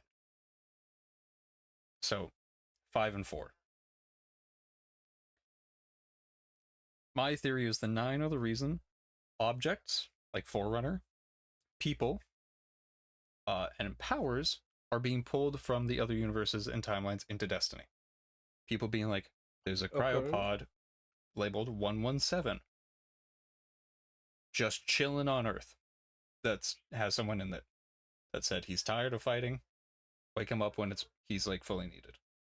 Powers, like in Renegades, there's a Death Star core or something that's pulled from the Star Wars universe. So everything I think focuses from the Nine. The Nine existing here are pulling things from various realities, Star Wars included, throughout time to force a direction. The lightsabers don't come from another universe. Apparently they've existed. But the group that makes them, I think, had ideas and things put in place by the Nine earlier in the timeline to force the result that we got. Right? Mm-hmm. Yeah. And I think part of that is through luck as a paracausally gifted power. For instance, this connection, the member of the Nine named 3 or an old god lands on or in Earth. That's the same thing between Destiny and Marathon. That's a connection. They also end up making artificial human bodies, like the exos and the frames, right? Made by companies using advanced technology gained from an understanding. I'm kind of following. The connection for all 3 of them are private corporations obtain advanced tech, either from some kind of anomaly, an alien source, or something they've discovered. Some form of golden age occurs around the 2000s, like 2000 to 2100, and advanced AIs are created to aid humanity. Cortana, Rasputin, and the AIs in Marathon.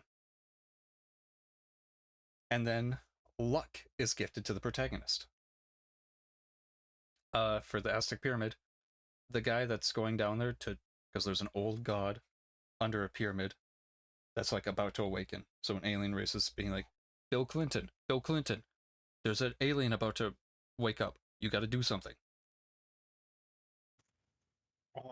So a guy is sent in, and at the last possible second he would have survived, his secondary parachute opens up after the first one fails.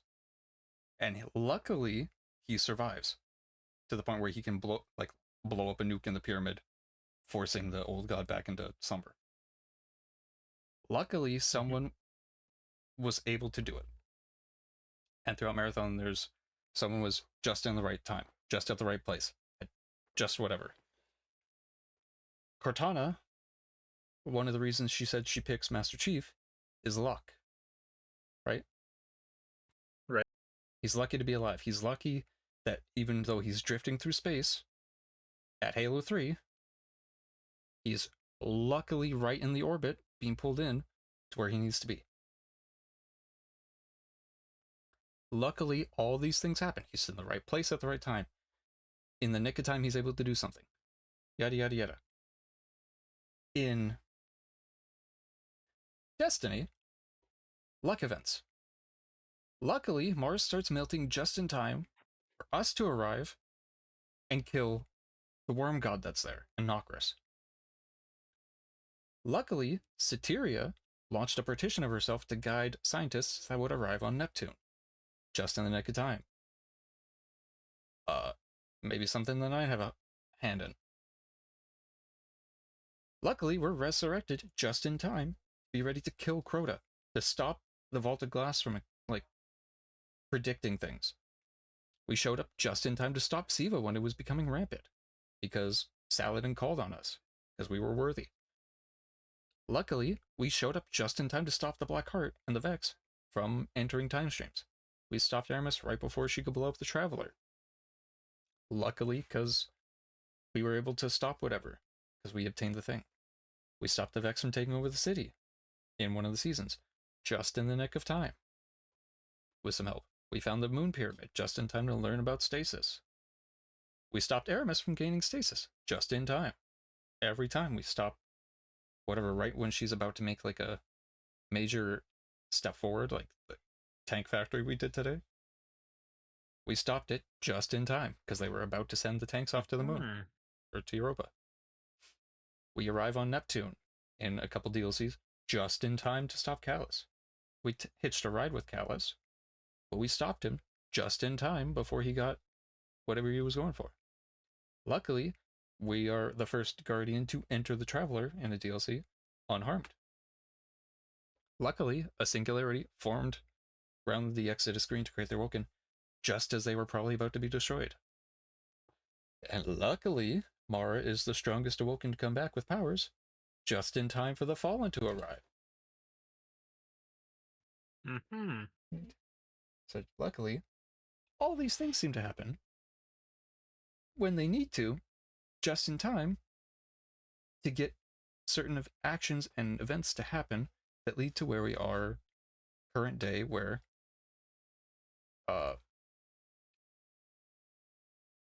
we kind of win. The whole thing with luck.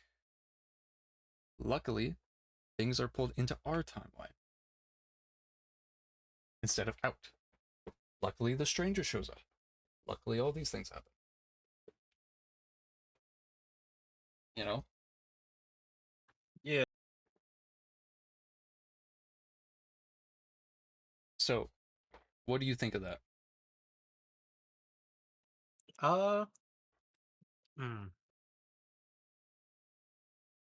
It's a lot. It's a lot, yeah.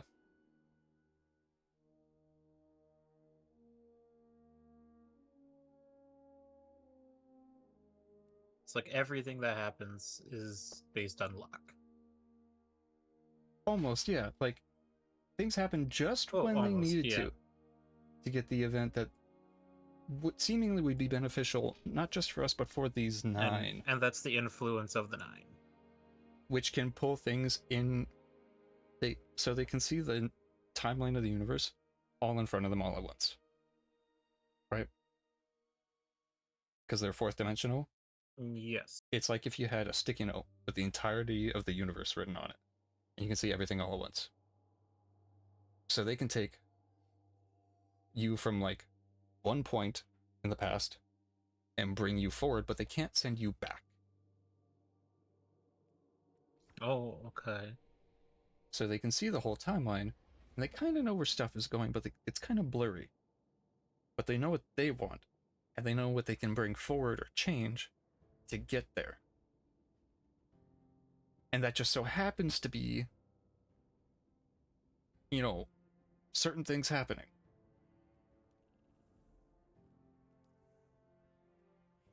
So I'm thinking it's like a door, right? A door opens both ways, but a door has someone that answers and someone that knocks, right? Yep. So if the 9 of the door and someone wants something and they can see it goes to where they want, they could let something in, right? They could. So my thinking is when we get the update in June, whatever the update is, that we're going to continue down this path of everything's happening the way it's supposed to be for them, except they can't fully predict us, but they need us to go with them. We have a set outcome, but that outcome can change at the same time. And I think that, so they guide us along. yeah, and I think that luck bit is going to come into effect again, where just in the nick of time again, we do something.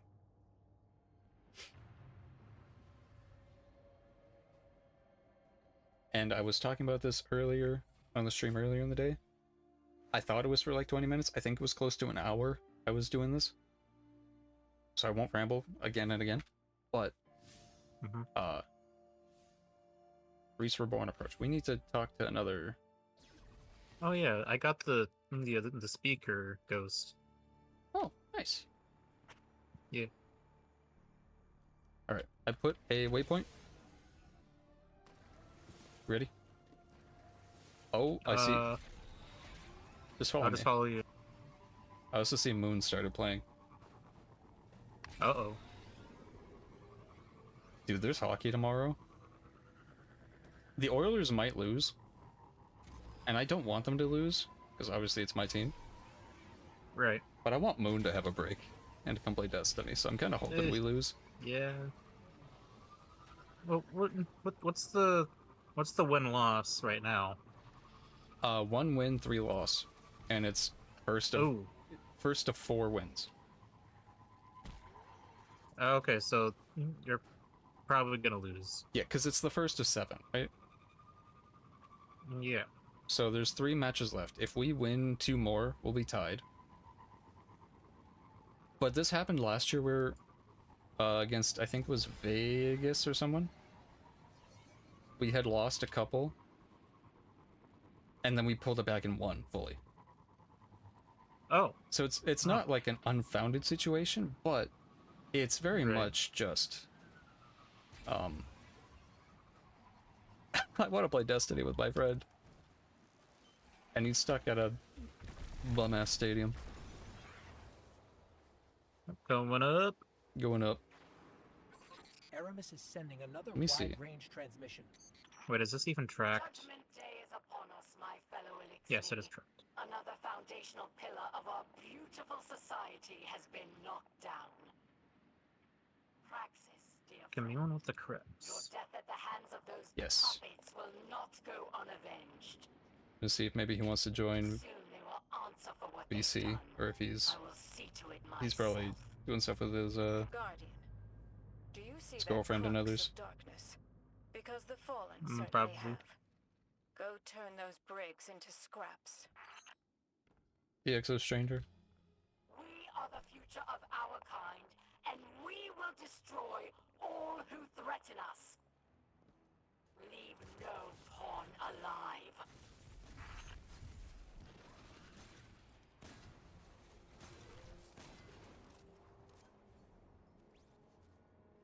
Yeah, I'm gonna show you a shortcut for this area also. Okay.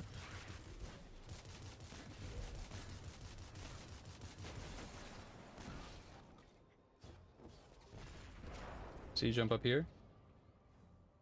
Uh-huh. And if you can grapple onto that point. Uh-huh. And you can skip that I mean, whole, do like... we need to take the shortcut? No. I don't have the mobility to get up does there. it skip anything major? It just skips the hole going through the building. Oh. If you come in, I think we can get the... No, we can't get the chest that's here.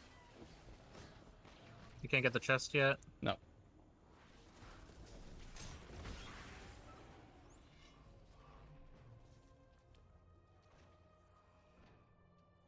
Okay, we need to get the last one to do that. Yeah.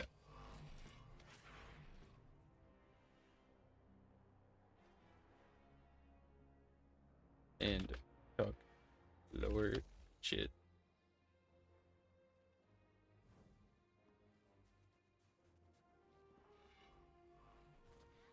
I'm just asking if he wants to join VC and talk story stuff or lore, but I think he might be in a separate VC.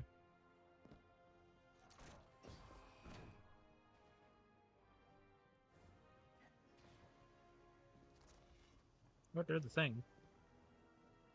So we come back to that later. Yes. I'm in a VC, but I'm lurking in the server. Okay. I mean the stream. Okay. Okie dokie. Yeah, he might have... Moon might have Go down. seen... Yep. Just careful. He might have seen the lores, or the conspiracy thing. Oh, yeah, I mean, we did get on at the, like, the same time. Make Mara Jade Cannon.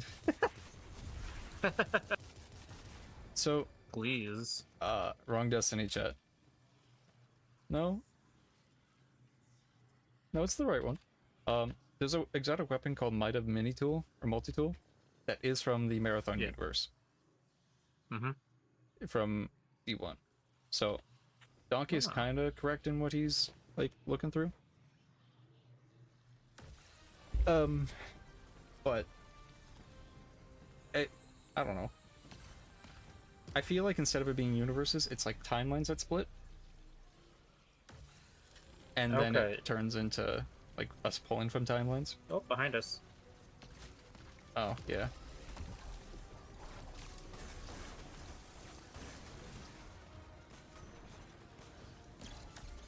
Here, have that. Thank you.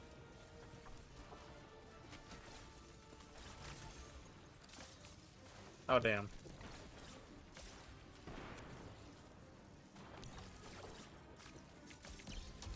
Have another tornado. Thank you.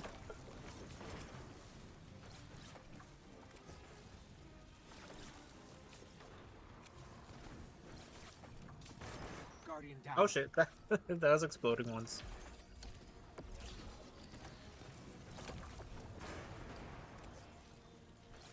We just keep on. That is a lot of servitors. Yeah, a few. So, like, you gonna accept that you're a hunter main now? No.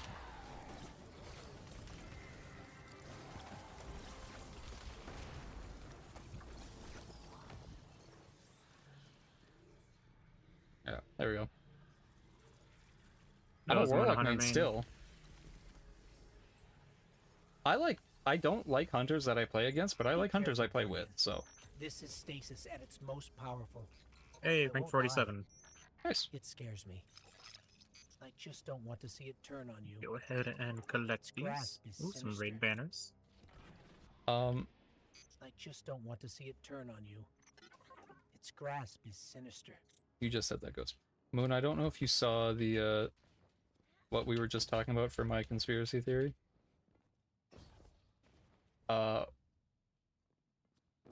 If you did, you might have to look at the VOD.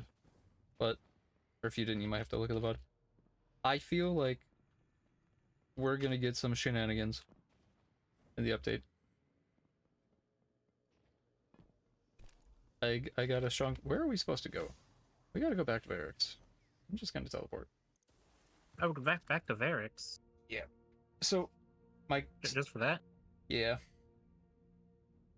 My theory is the 9 are gonna keep giving us things that are luck-based, and things are just gonna happen exactly when they need to be.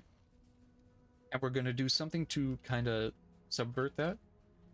Because the whole, like, antimatter type thing, I think Aramis wished to return the Elixni to Um, greatness.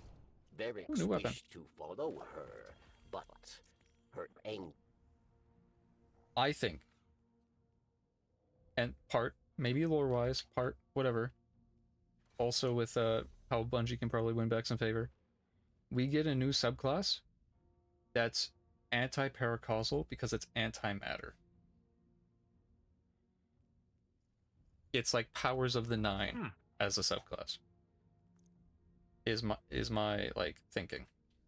Do not underestimate I'm not a sure. scribe. I have no reason to believe this. Nothing in lore has presented it, but I feel like doing something like that where it's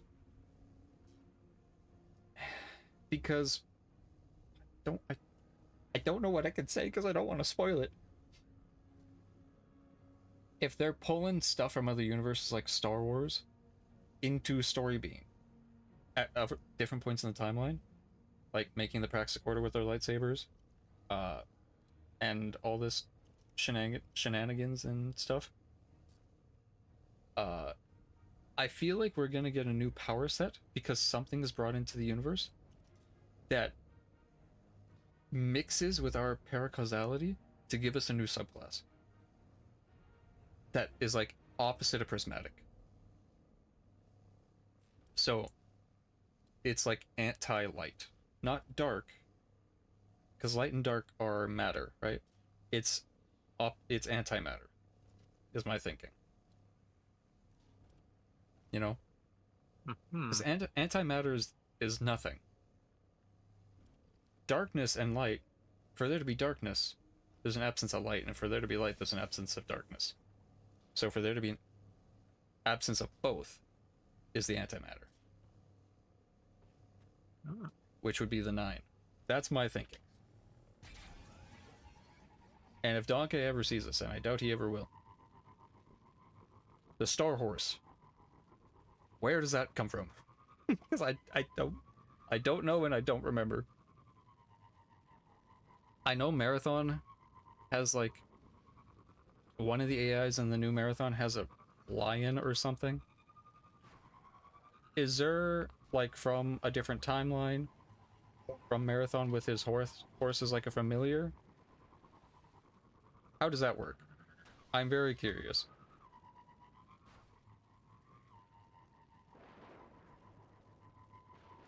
But also I've had like 2 monsters today, so is your light. I'm sorry. I wish I understood where why you did need you to go? fight darkness with darkness, but I'm going I don't. through here. Here being the hole. Make that 3. Hey, I'll be there in a sec. Okay. It might be in a Destiny 3, but I feel like they need to do it kind of now. I mean, we still have like 2 more passes in the Year of Prophecy, Oh, right? yeah, that was before the like 3-month delay. Right. Because in March we were supposed to have a major update that we didn't get. And that got pushed back to June, which is after next month. So, kinda, you know... Is this something we're looking for? Yes. Well, actually, it's this piece, but yeah. A 3rd monster? I could do that, but I need to save it for later in the week, just in case. Dude, our volunteer night is supposed to have like 1,000 people show up. Yeah, we gotta kill some things. These things. We're supposed to have like 1,000 people show up on Friday for the volunteer thing. I'm saving my monster for then. Because I'm supposed to be like video switcher.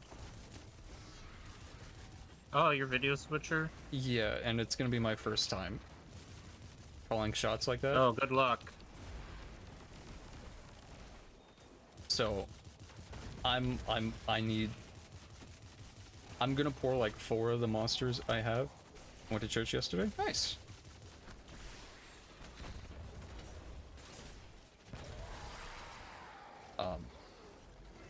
How was it? Okay, that should be enough.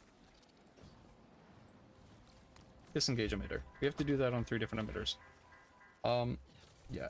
If we have 1,000 people, I'm just putting all the monsters I have left into a big bottle, and I saw a good pal, but there was no taco. That's messed up. Yeah. I wish I had a taco. Yeah, I'm just gonna get like Go a for some tacos. big shaker cup and just put all the monsters I have left in it, and just chug that. I guess I think it's still on Earth, but I don't know. There's a section on Earth of friendly Elixni called the House of Light. And we'll meet the leader of it soon. Oh, nice.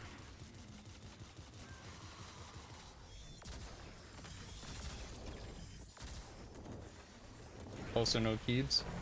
Yeah, he's been busy. I'm assuming with, work and hunting. Oh, you already got it. Yes. So the last one is over here. Left the city to live on a farm? Yeah.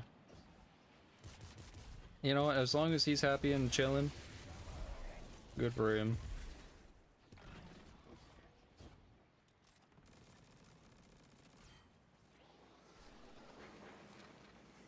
Okay. Here they come. Oh, brig.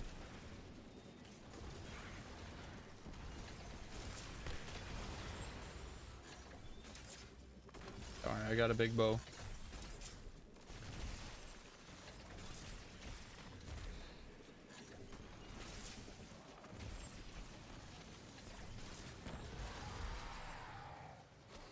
Okay, Give him some heavy ammo. nice. Disengage emitter.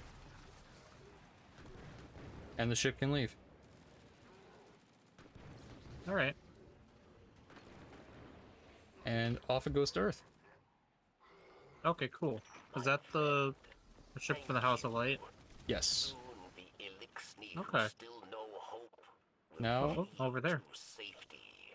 yes. Mithrax, the light Kell, awaits them. Mithrax. That's the light For cow. a Kell, he is young, What the untested. heck is this down here? Oh, that's patrol. Yeah. My people dare to hope. Are you ready? Yes. If I just launch I it? see now that you Yeah. wield this dark power more wisely than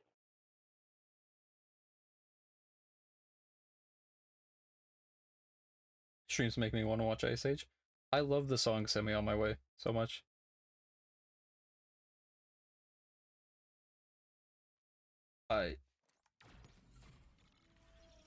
I have pop rock on as the playlist. More Elixni that escape. The amount of better songs I feel. don't consider as pop They rock deserve because of the safety. rock part. Away from Aramis. a victory. Yes. It's a good song, good motivate. It is. I don't When I find them, consider this to be pop rock, but you know, good riddance to traitors like you. Unworthy Good shot. of my empire. Aramis, it was never meant to be an empire. no, of course not. It was meant to be whole. Well, I'll go from like Avril Lavigne to Yellow Submarine. Our home was Oh, we're back taken here. from us by your once It's always great back here. machine. Back to the There is dome. no home for us while it still lives.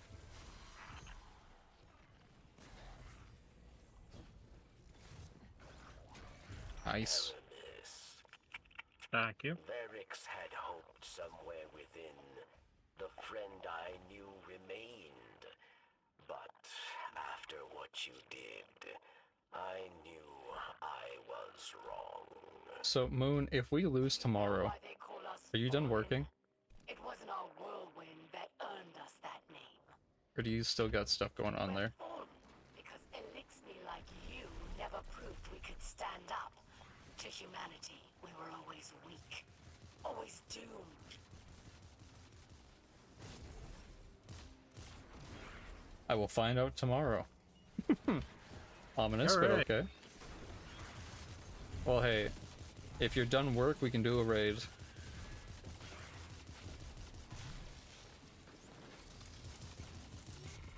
Blueberry's first raid. Woohoo. Do you know why blueberries is the term for guardians? I do not know. Yeah, you see how my name has a green ball? Yeah. When you're in see a guardian that's not in your fire team, it's a blue one. Uh-huh. And a blueberry is a blue ball. No. I'm thinking Vogue as the start. Vogue. Yes. I can't get that because I have horrible mobility, so I'm gonna go this way. Vogue is the first raid to come out. We go straight for the best raid. What do you consider the best raid?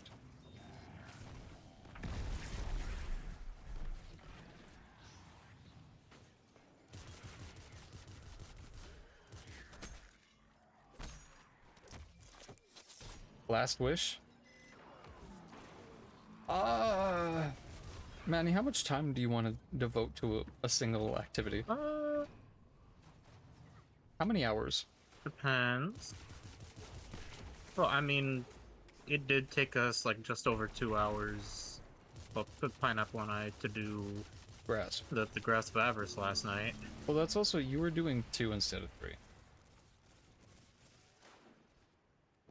Yeah, I mean, it was just the two of us, and both of us had never done the raid or the dungeon before. Pineapple's never done it before? No. Oh, how did you figure out how to do stuff? From online guide? I looked at a guide. The true Destiny experience. Yeah, and that's how I figured out all the messages for the ornament. Fair. Who did you use for a guide? I don't know what. I mean, I just Was looked it at a written guide. Oh, Well, how did you except do? for the 9th one, the one that's on top of the crystal Mhm. in the pit or the tunnel. Yeah. Yeah, when I was looking at the guide, I thought it was like one of them in like further down, but no, it's like right at the top. It's above the top. Yeah.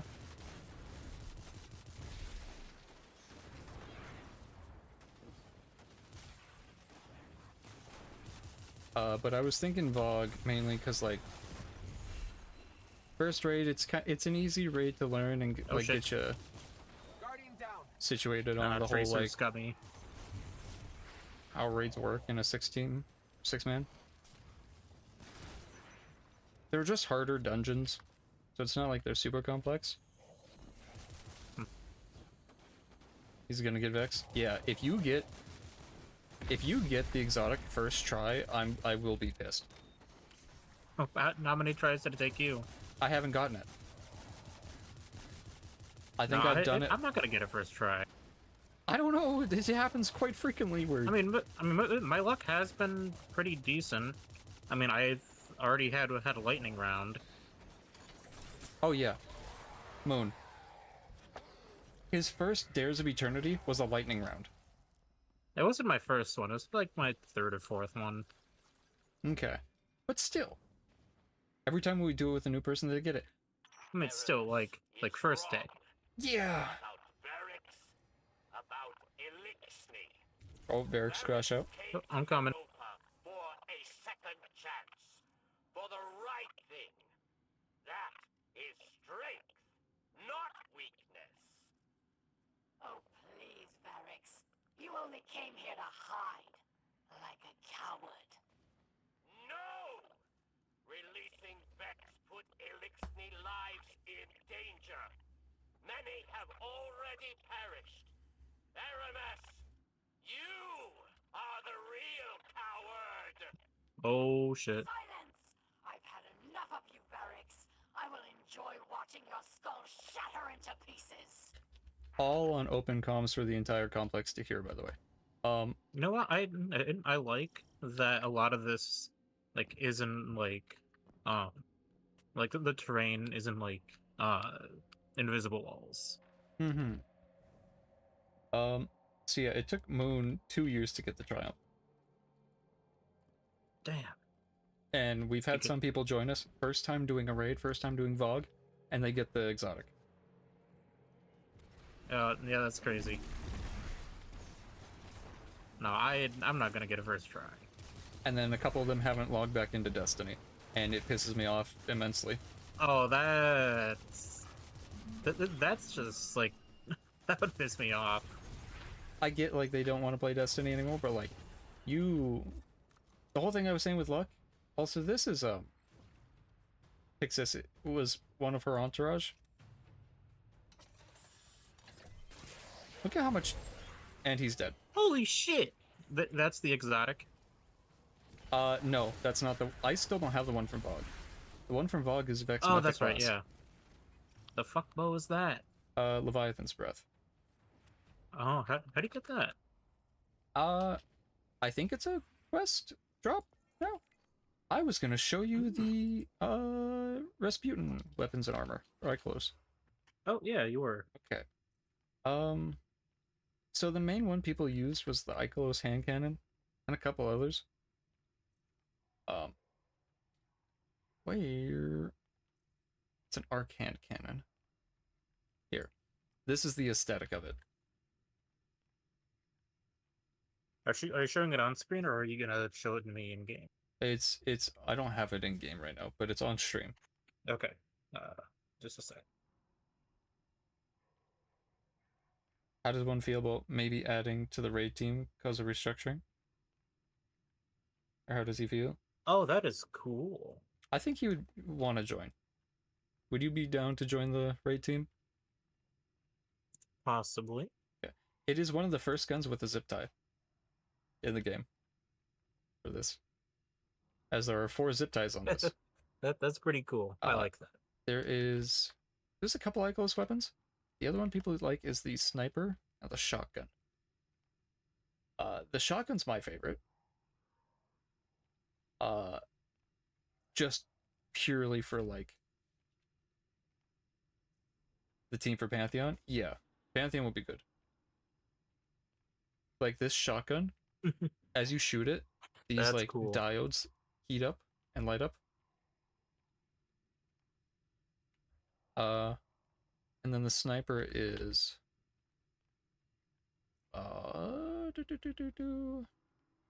Okay, for managing cables, I hate when people use zip ties. Yeah. But on this it's pretty funny. Yeah. So unique, right? Yeah. There is an exotic. That's really cool barrel. There is a sleeper stimulant is the exotic one. It's a linear fusion.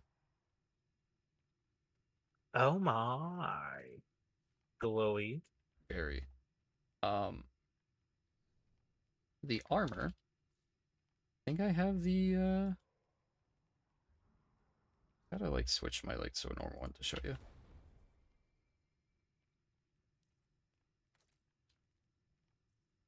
I should have it.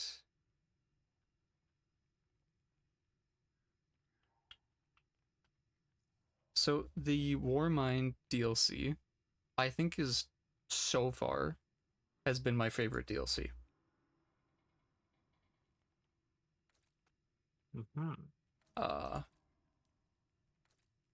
The Titan has a very bulky kind of armor set for it.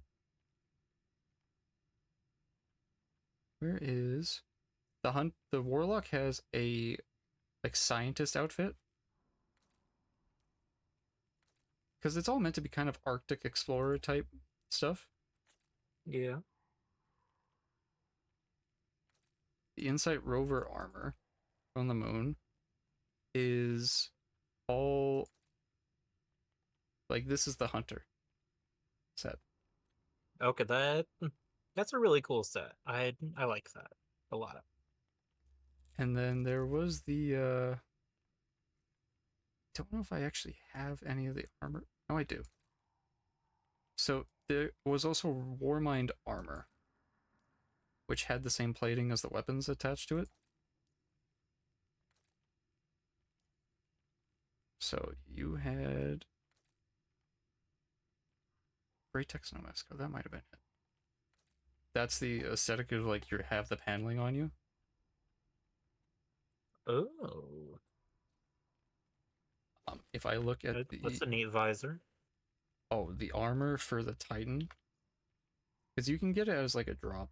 The Titan helmet. Oh, I like that. And the Titan arms, the big pauldrons, Okay, kind of bit blocky. But that's neat. chest piece. Oh, I'm not sure how I feel about that. Very chunky armor. It is very chunky. But then you get the Braytech, like the winter gear. You get like a almost like Warhammer kind of like trooper Space Marine helmet. Bulky plated shoulders because you're the security guard, right?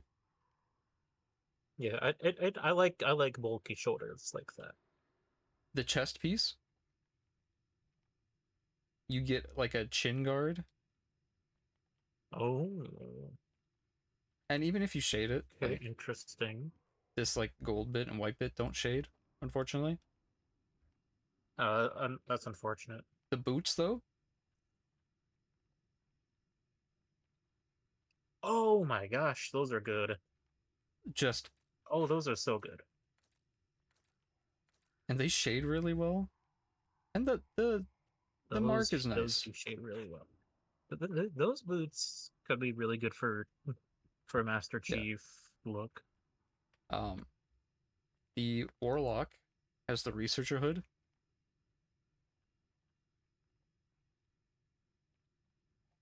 This is and I lost it. But that's pretty cool. one of my favorite DLCs for like looks of everything. Aramis. But here. It's Welcome back. It's Oh. time to meet Oh, there your she is. end. immaculate. Or Just horror farming.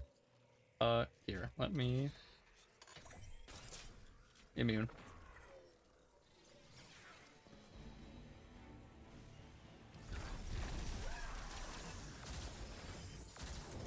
Darkness was not meant for you. You do not understand this power. I will destroy you. Your once great machine. oh my and gosh, everyone that's you already care for. third Yeah. of her health. Forced cutscene. So Your chains are showing. All that power wasted serving false gods.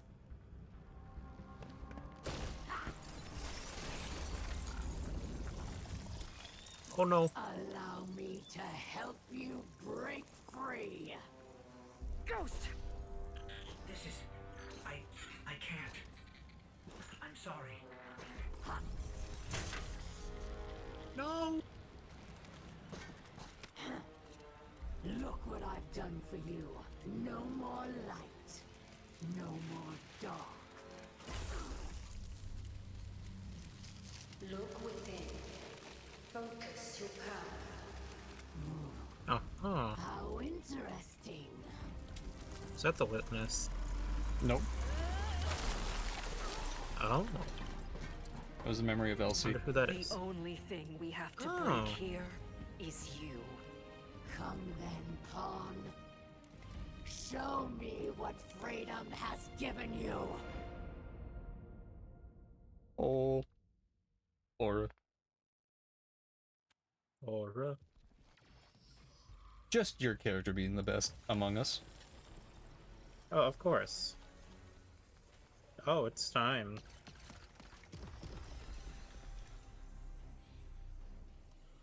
Come to me, Pawn.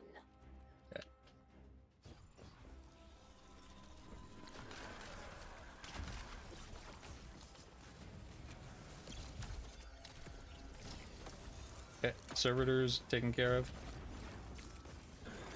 Nice. I will tear the darkness out from inside you. Out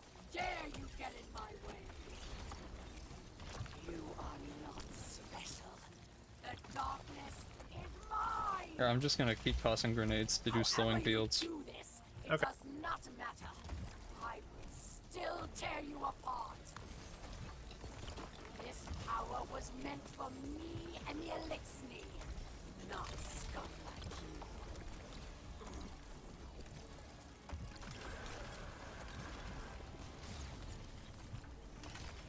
Oh, immune. Oh, Oh, cutscene.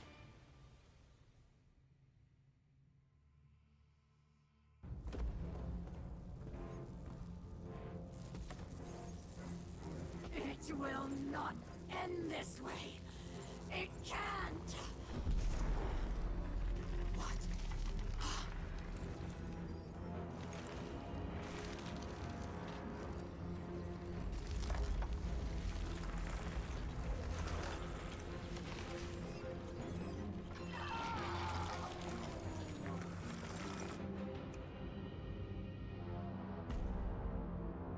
oh shit!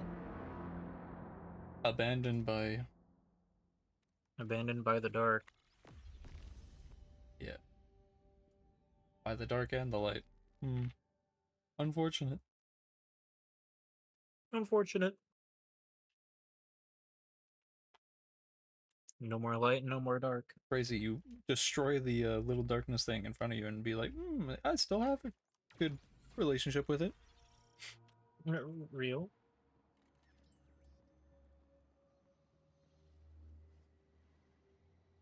Okay, that's cool. Good size. Damn.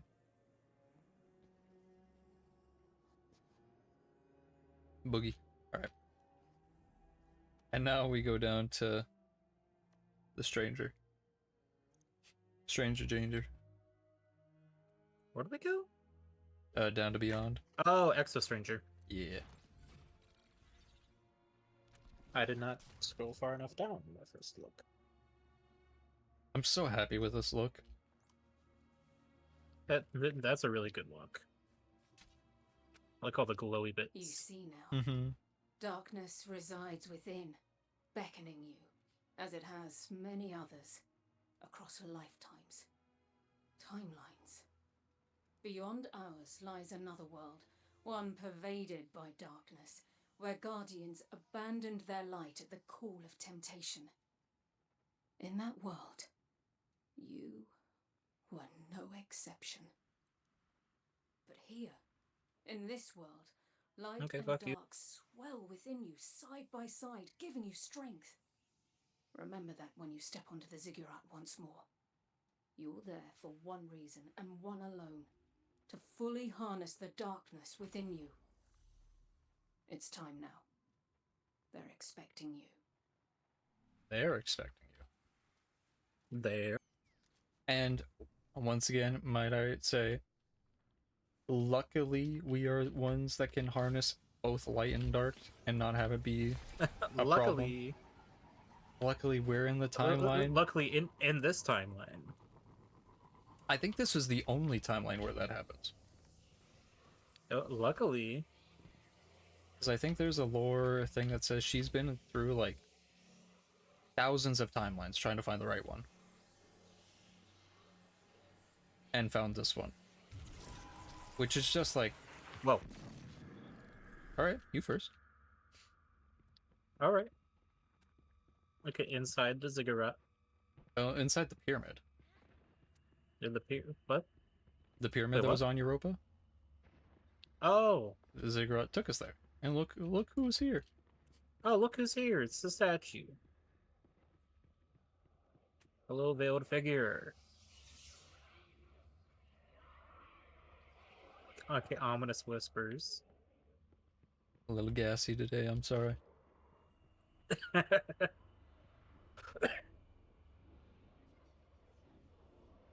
Alrighty, darkness time.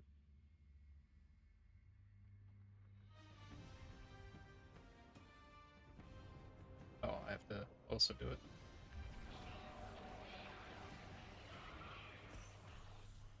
Congrats, you've unlocked Alright. Stasis.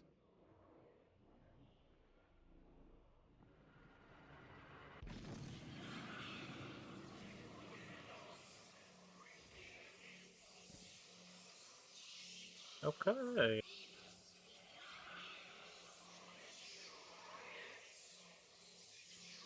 What you doing? I was listening to the Oh, to the whispers? yeah.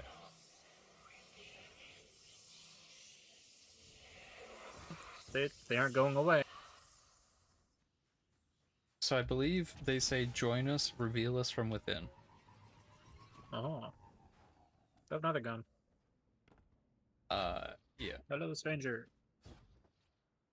madam.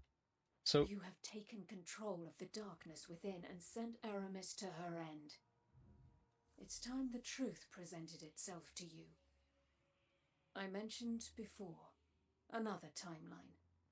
My own. There Aramis lived, and the temptation of darkness thrived. It pervaded the minds of the good and preyed on their desires, bringing about a new dark age. I feared these events unavoidable, and though I still do, you've given me cause to hope again. Our fight is far from over. We must prevent that dark future, no matter what. Thanks to you, I stare no longer at a familiar end, only a promising new beginning.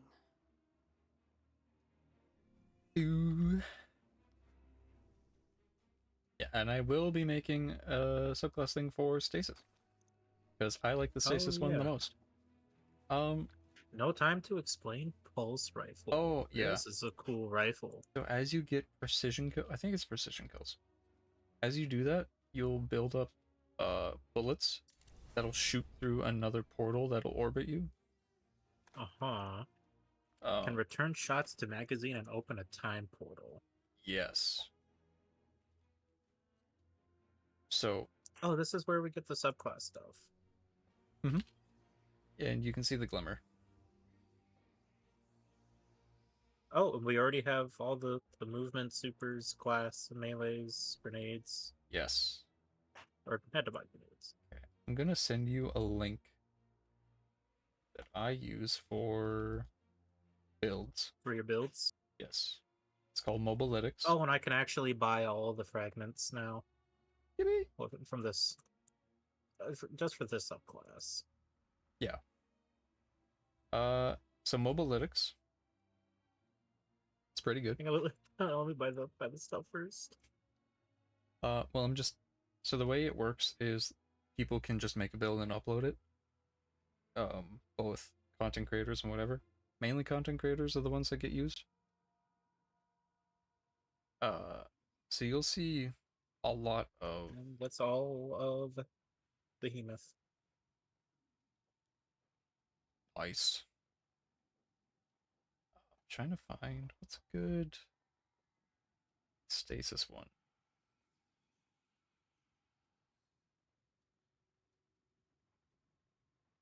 Might be Duskfield. Let me open the site. Oh, it's probably... Oh, no, So I know what Titan, I mean. Stasis. Primarily PvE. I would say don't select PvE as the filter. No? No, just because like they work for both. Okay. Oh, I have the tractor cannon on my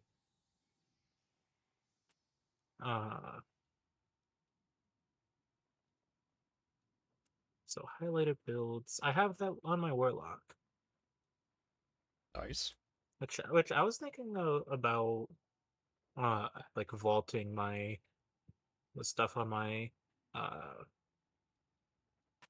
my like legendaries and Mhm. exos, That's a good idea. and then restarting my Warlock. Yeah.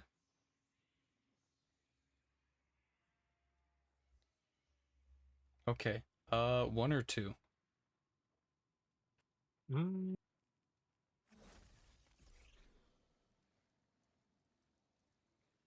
This will determine the One. one. Okay. Running with my boy Cacus. Rick Cacus.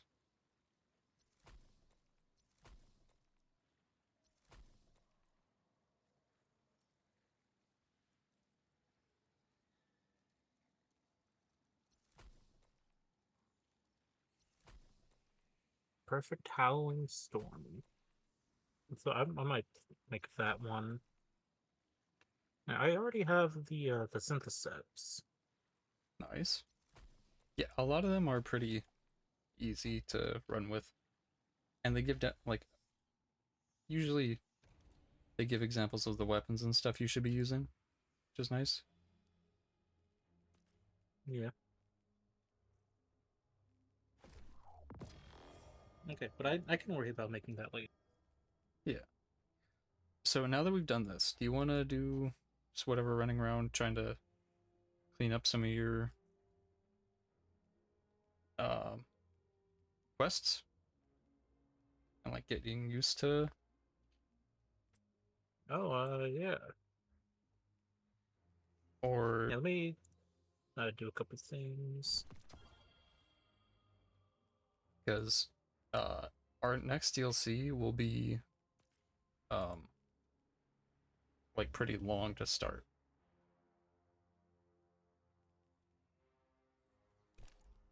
Aramis's armor fragment. Oh, right. How would I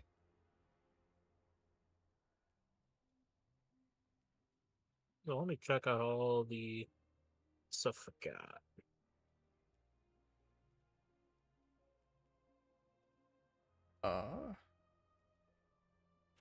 Okay, let me do that one instead.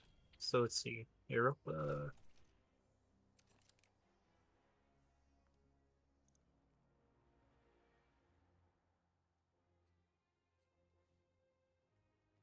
Put that on. Okay, so that's for a catalyst. I'm still around that.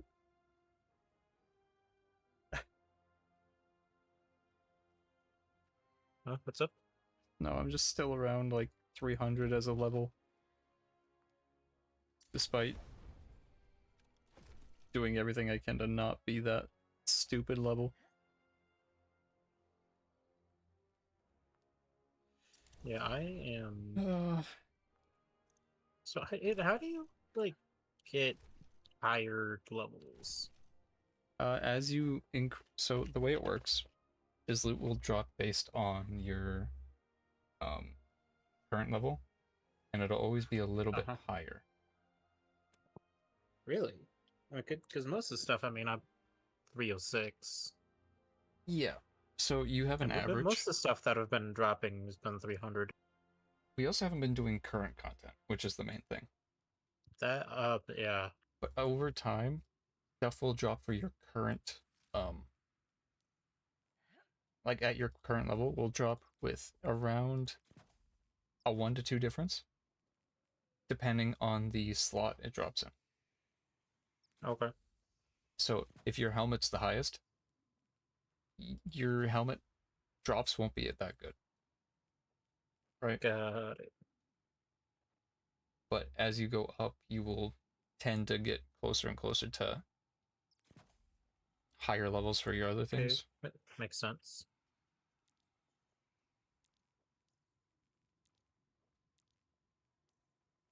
Alright, so let's see. Europa class, Europa arms. He looks for a stasis sealed chest in perdition. Look for stasis sealed chest in Bray Exoscience and Eternity. Oh, temporary armor charges. I hate those. Stupid. In perdition.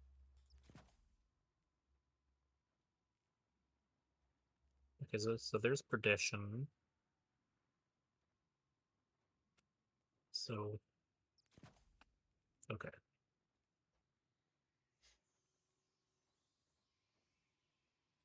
And then Bray Science and Eternity.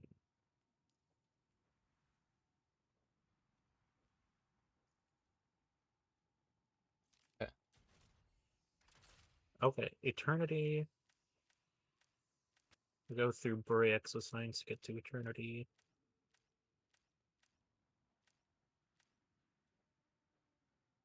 And I guess that's where the other thing will be. Alright.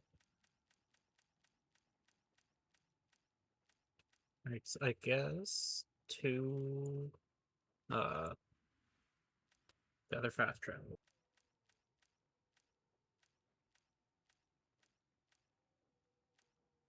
For my catalyst, I need to kill stuff in.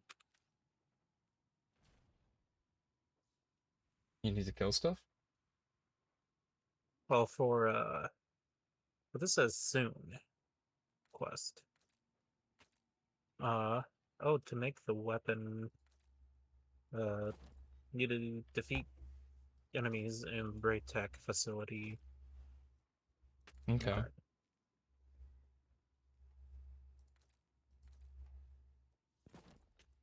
But first to the Eternity, or not Eternity, Perdition Lost Sector.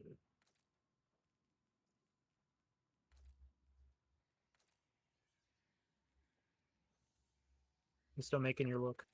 Yeah. I'm sorry. I'll Alright, I can wait.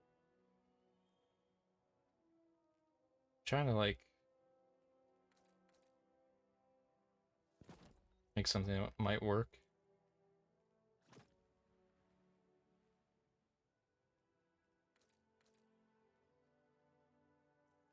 I'm gonna stick with these arms and just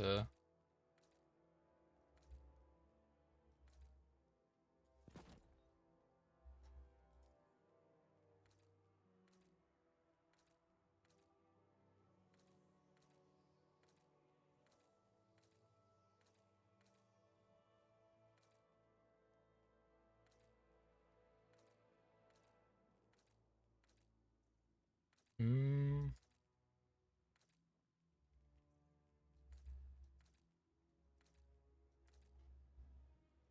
What's a good color for stasis armor, do you think? I mean, the thing for Stasis is blue. Mm-hmm.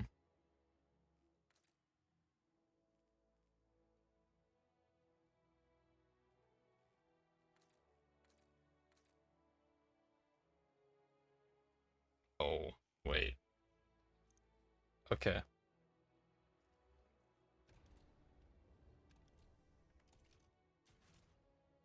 God, I wish I had some synth weave Yeah. templates. Here, I'm coming over to you. Where are Alright, I you? haven't gone very far. Okay, Barracks. Teleporting over. I want to know what you think of my look.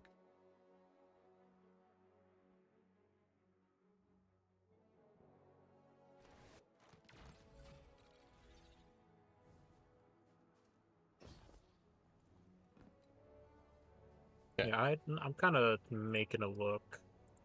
If I had synth weave templates. If you hit U and right click on my name, you'll be able to inspect my guardian a little better. We do to finish, so we're on step 34 of the final one, which is go talk to Zavala. But I'm thinking we can just do the other stuff around first. Yeah. Alright, let's see. Ooh. So yeah, if you hit U, Alright, let me right click my name. Oh, Ghost Rider. The cape, white on the outside, red on the inside. Is that the Grievous cape? Yeah. God, that's so cool.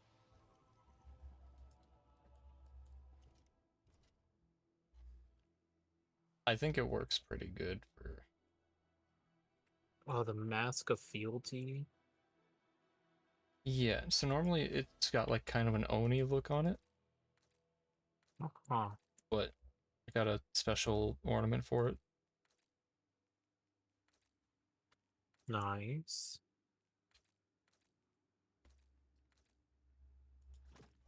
Oh, that is amazing. Oh, Lustrous Vest.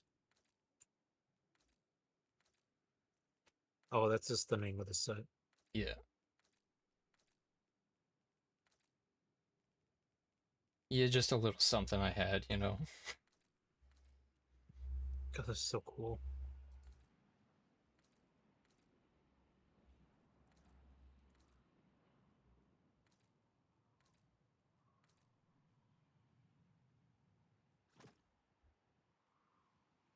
Gotta color the guns too. What am I doing?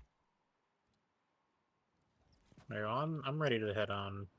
Where do you want to go? To do quest or finish the thing and talk to Zavala? Let's finish the stuff on here first. Okay. I will transfer ownership to you then, and have you lead the way. Okay. With the second one. There we go. Promote to leader.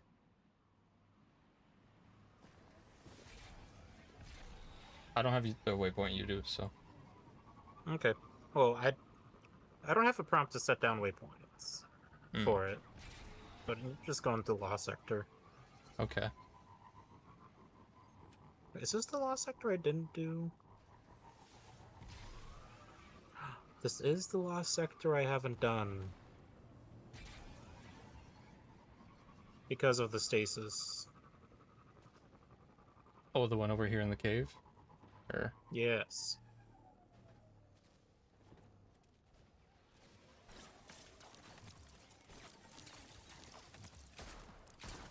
Or, yeah, right here.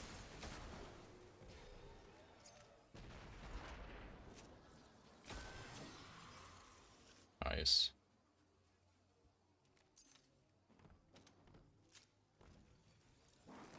So you weren't allowed to do this one because of stasis? Well, okay, I chose not to do it. Ah. Because right. of the chest. The stasis chest. Okay. This area isn't on any exo-science Although, blueprints.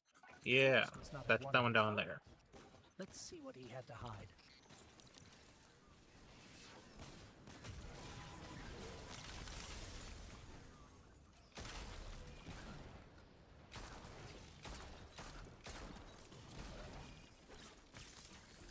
Aged armor. Bingo.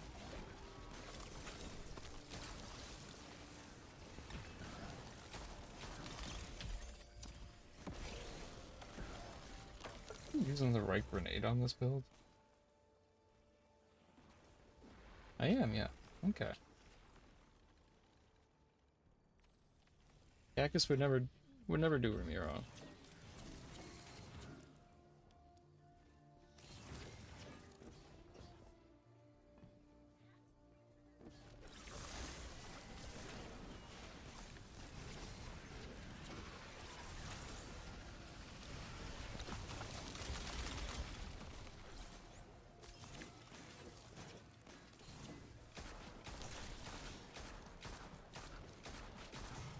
So do you remember me telling you there was an exotic that made the stasis crystals? Oh yeah. I have it on. Yeah, the one that wasn't very good at first. Here. So as you charge it up... that's the one you showed me. Yeah.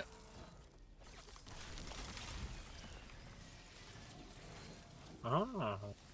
So here. Very powerful.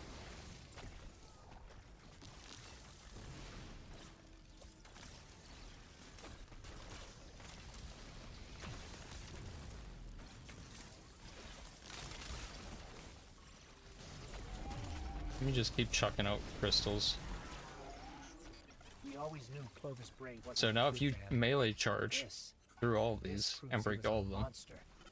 Grafting exo parts onto human Well, I'm not bodies? using stasis right now. Oh. As for the Vex roaming around here, they're different than the force that came through the gate. It's possible. But the movement tech likely is... even that they were test Oh. subjects too. Come over here. Because when humans consume pure radiolarian fluid, they... Well, you saw what they became. Oh my god. Let's hurry up and get out of here. Yeah. Same on the other What side. the fuck? I should probably show you while we're down here. Holy shit. So if you look in there, right? See Exo's up kind of there? Yeah. Oh. This is where... Oh, Vex bodies. And then Exo on the other side. Because when you mix the Vex blood, the radiolaria, with darkness, That's how you get the exo, like, mind juice. What? So did darkness plus Time traveling micro Vex robots. juice evil equals exo. Yes. That is fucking weird. But it's cool though. It is cool. Okay, now where? Ba-da-da-da. But this is kind of like where I was saying, imagine you're an exo coming through here, and you just see 40 copies of your exact thigh just laid out on a table. Okay, next we're going to Bray. Like Annabray? Or Bray Exoscience. Bray Exoscience. Like the, Oh, yeah, to get to eternity. okay. Then I'm just traveling back to If barracks. Faster is first to go this way. Yeah, but I like the Sparrow.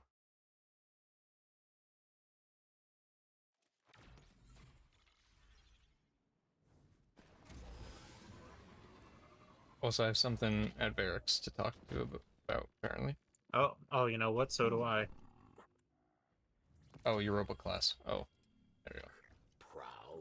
Thank you for the backpack. Confident. Yep, for Oh, tomorrow. the Titan chest piece. Do you have that yet? Do I have the chest?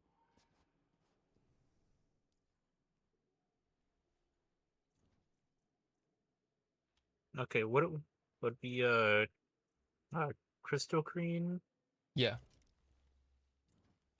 No, I don't have the Okay. chest. Here, I only have the boots. I'll bring it up on stream to show you how goofy it is.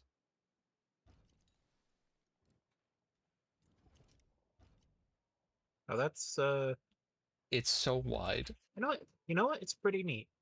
It's neat. I I just, mean, it could do without that, but it makes a good look it's just kind of like for cold.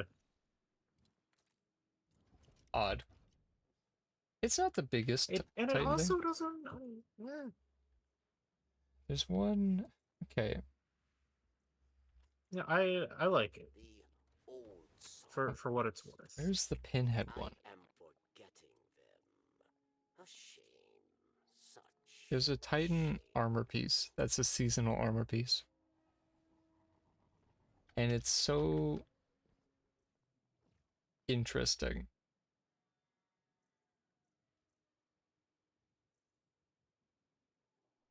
Okay, so I have the mark.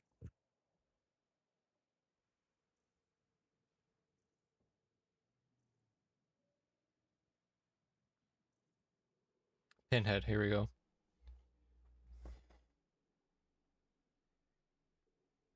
You know the Patrick Pinhead thing? Oh, It just goes yeah. straight up. It's like a 2-foot tall, like, Oh my just gosh.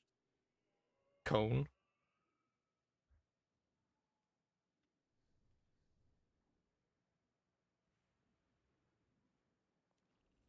Okay, you're trying to go to... Oh, to eternity. Okay. Yeah. Okay. Well, okay, we need to find a stasis chest in Bray Science and one in Eternity, but also kill a lot of stuff for them to drop stuff in Bray. Okay.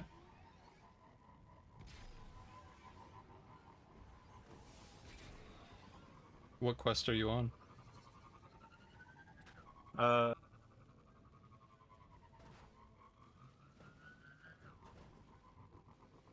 It is Europa Arms and soon. Soon. Soon. I don't remember that one. It's for a weapon. It's either for a weapon or a catalyst, I think. Here. Or maybe an ornament. You should come up to where I am. Okay. I don't know if you've gotten this yet or not. Hmm? Did you get the gold chest there, or? Oh, yeah, I got it. Yeah, Okay. I got all the gold chests. Okay.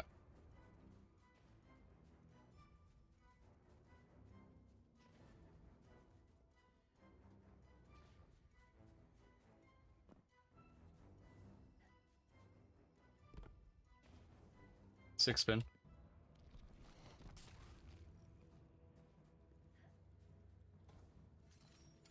So there's a stasis chest somewhere.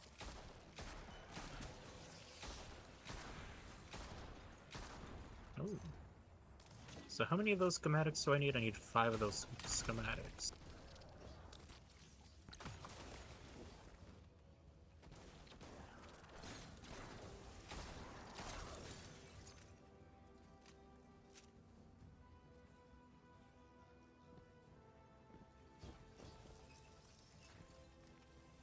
Oh, we should get you the bobblehead. The bobblehead? Yes. What bobblehead? The penguin? No. Because I've already gotten my penguin for this week. Oh, I guess you have to place it here. Do you see something right here? Yeah. You see the bobblehead that's here? I do see the bobblehead. Gotta place something down. Okay. This is Clovis's desk. Oh. So that's why. So Banshee, is Clovis. What? So the number for the exo names, like Banshee 44, means he's reset his mind 44 times. Oh my gosh. Every time you reset, you will lose a little bit of your memories. And so he reset himself 44 times, but doesn't remember anything. And has forgotten he's Clovis, but remembers that he's trying to help humanity. But that change has warped from selfish desire to be hailed as the hero to wanting to help. But he's God, that's trippy. an inventor engineer, so of course he's going to be the gunsmith. Oh, well, yeah, of course. But Elsie remembers that he's Clovis. What? The exo stranger, her name is Elsie. She remembers that he's Clovis. So when she meets Banshee, she has to deal with the thing of this is not her grandfather that was the horribly abusive person. Oh, that's her grandfather. Yeah. Even though Clovis, like they're the same, they're not the same. Oh my gosh. Oh, I think this is the thing I'm looking for. Yes. There's also a big thing with like Guardians don't remember their past lives when they're resurrected. No. So the oldest Guardian, I think, is from a Mesopotamian grave. Or like an ancient Egyptian grave. Oh, okay. Like a really old Guardian. Damn. But there's also fresh Guardians. So imagine like someone in your family dies, right? You mourn them, whatever, and then a Right. few years later you see them walking around as a Guardian, and they don't remember you. Oh god. That's kind of similar to how it feels to be an Oh, EXO. new step.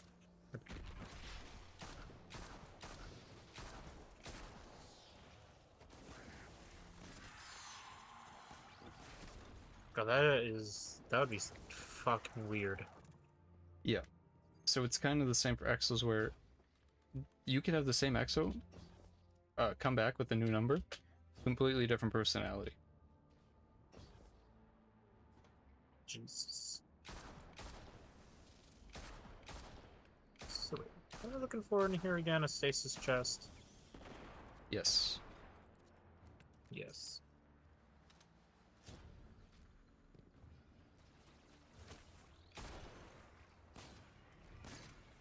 Art, here you go.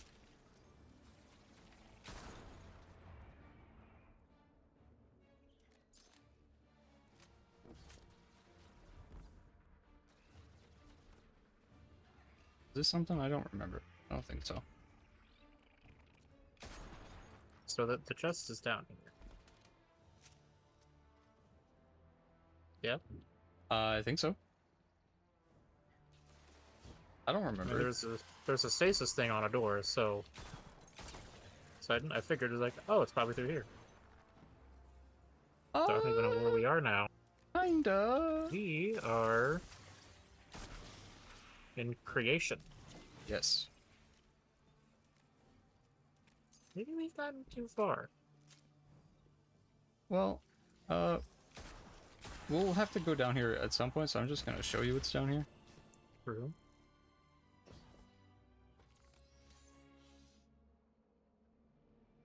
Okay. This is a big place, right? And you've Yeah, been very keeping big track place. when you look at the exo parts? Kind of. These parts on the side, what do they look like?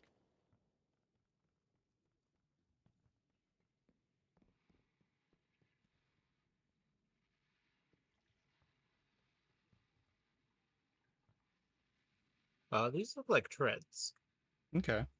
What about this part here?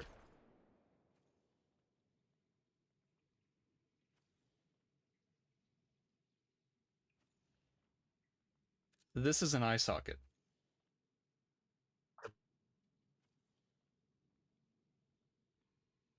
That's a spine.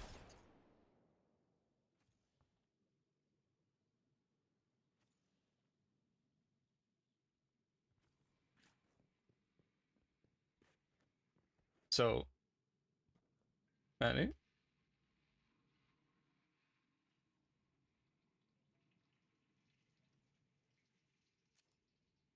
Manny?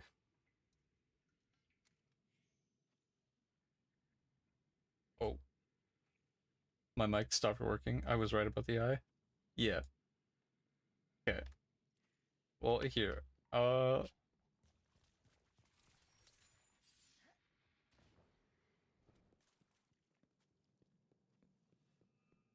I would like you to meet Clovis.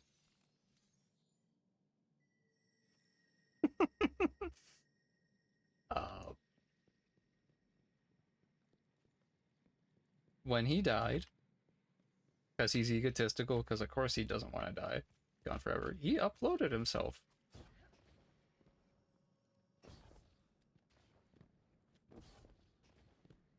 There you go. Activate AI. Artificial intelligence activated. Who in the hell do you think you are? Excuse me? The deep stone crypt has stood for centuries without intervention. From the ether, you appear and destroy it This is all after in the one raid. fell swoop. This is the same AI that spoke to us in the crypt and tried to kill us. I'm more than just an AI, thank you. I am an exact replica of Clovis Bray I's consciousness. And for the record, you were intruders. That's not entirely true. Fallen had invaded, and we tried to stop them. Fallen? An alien race that appeared after the collapse. The collapse? Sounds like I have much to catch up on. I suppose I should offer some gratitude for reviving me. In the meantime, perhaps you can refrain from further destroying my life's work.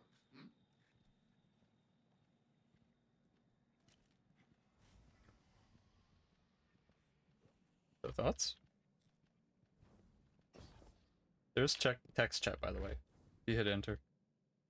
I kind of thought there would be stuff down here. I couldn't remember. So before you weren't allowed to come down here until after the raid. The raid gets finished, and then all of a sudden, this area unlocks, and we're able to talk to Clovis. So him saying we destroyed the station is a little bit of spoiler for the raid. So the exos are made up on a space station in orbit called the Deep Stone Crypt. That's where the change happens from bio to mechanical.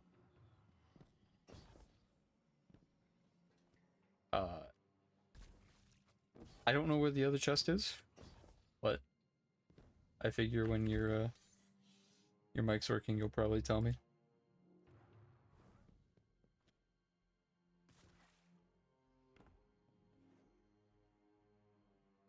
Good question.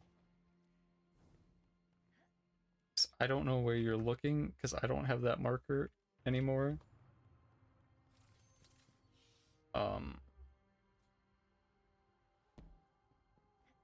It's not giving me a marker.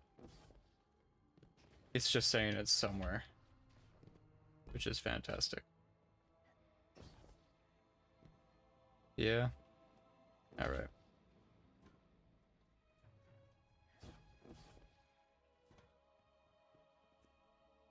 Okay, well, we can just teleport back up with the little teleporter here.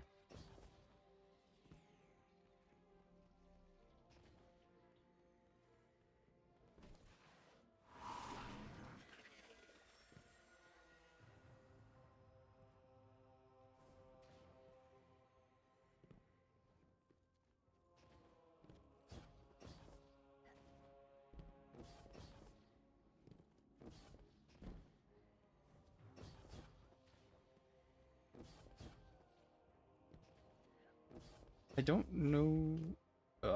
You might have to look up a guide.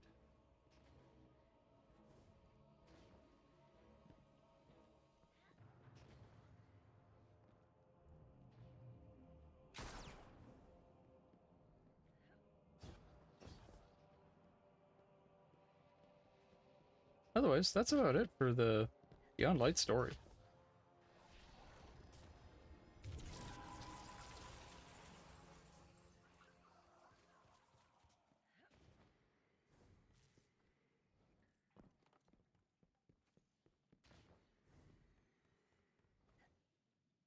I'm trying to remember what the other quest you're doing is that's not the arms.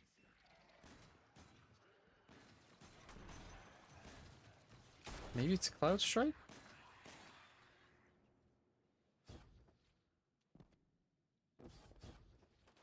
I'm assuming you have to go this way.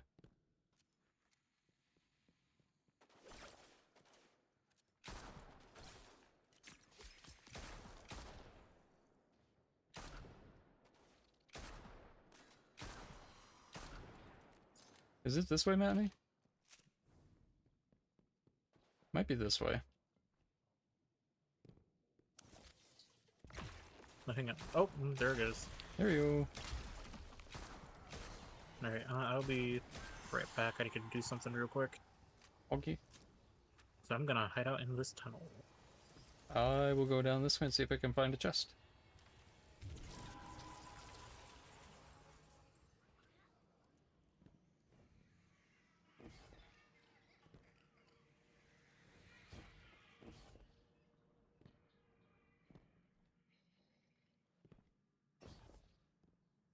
There we go.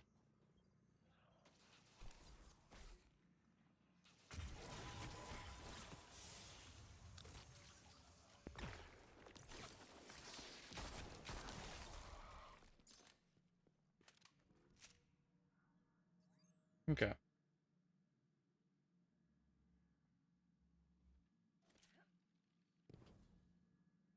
What would be the next one?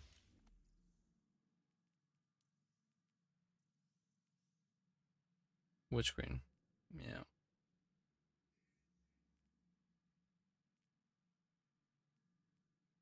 We can do that. Probably... maybe not tomorrow, but...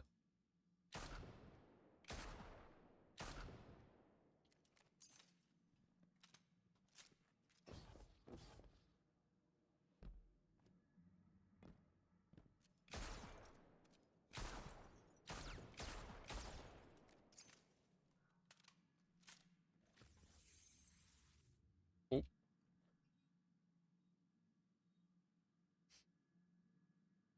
We'll just wait here.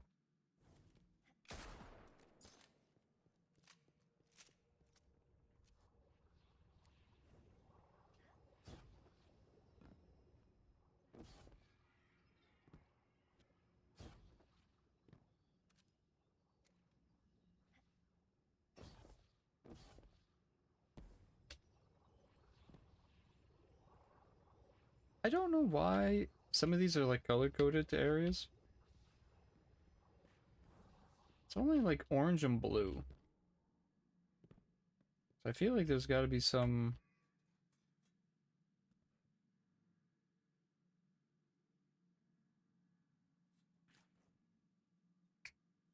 I wonder why they're designed for 3 toes only.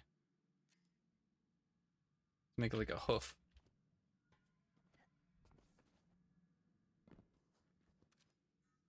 The arms are normal. The rest of the body's pretty normal, but there must be something balance-wise.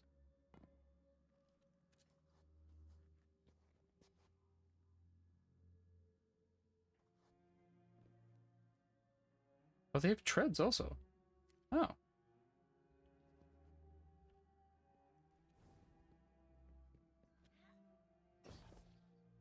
Interesting.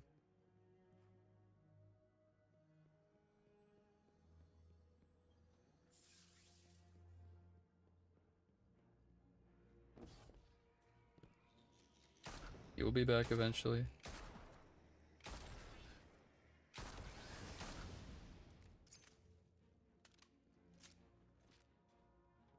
I think one of these bodies was for Cloud Strike? Or was it it was Lament? I think.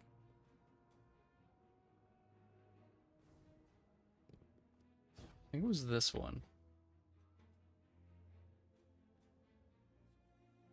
So we're like weirdly highlighted.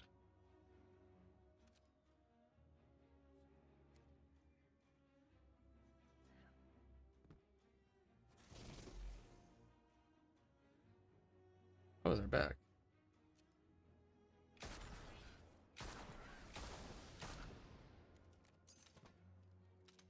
Okay.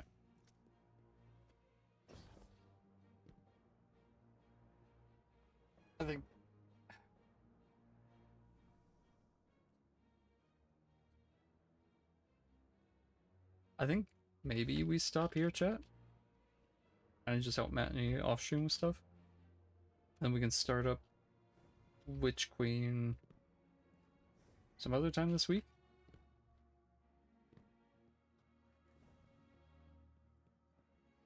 Where does that door go? The wall. What?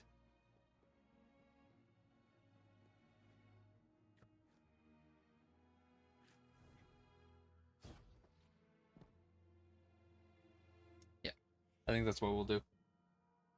Oh. Chat, let's... Nobody's live. Adam Saeed.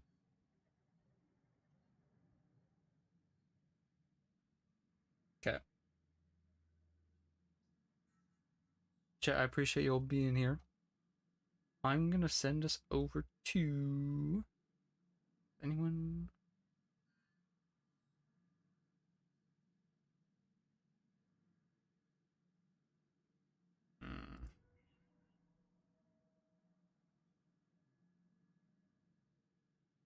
Not really. Okay. Chat, I think I'm just gonna end here. Upload this to the VOD channel. So I will see you all later, chat. Tomorrow we'll do maybe some Destiny. We'll check out weekly stuff. Deadlock or something, we'll see. Videos. I don't know what tomorrow will bring. So I hope you all have a wonderful night. Go eat, go drink, do what you gotta do. YouTube and Discord are below. If you're on YouTube, I love you for watching these. Thank you. Twitch is below. Twitch side is TTS. Both sides have merch. Just saying. Gotta get in the habit of saying that more.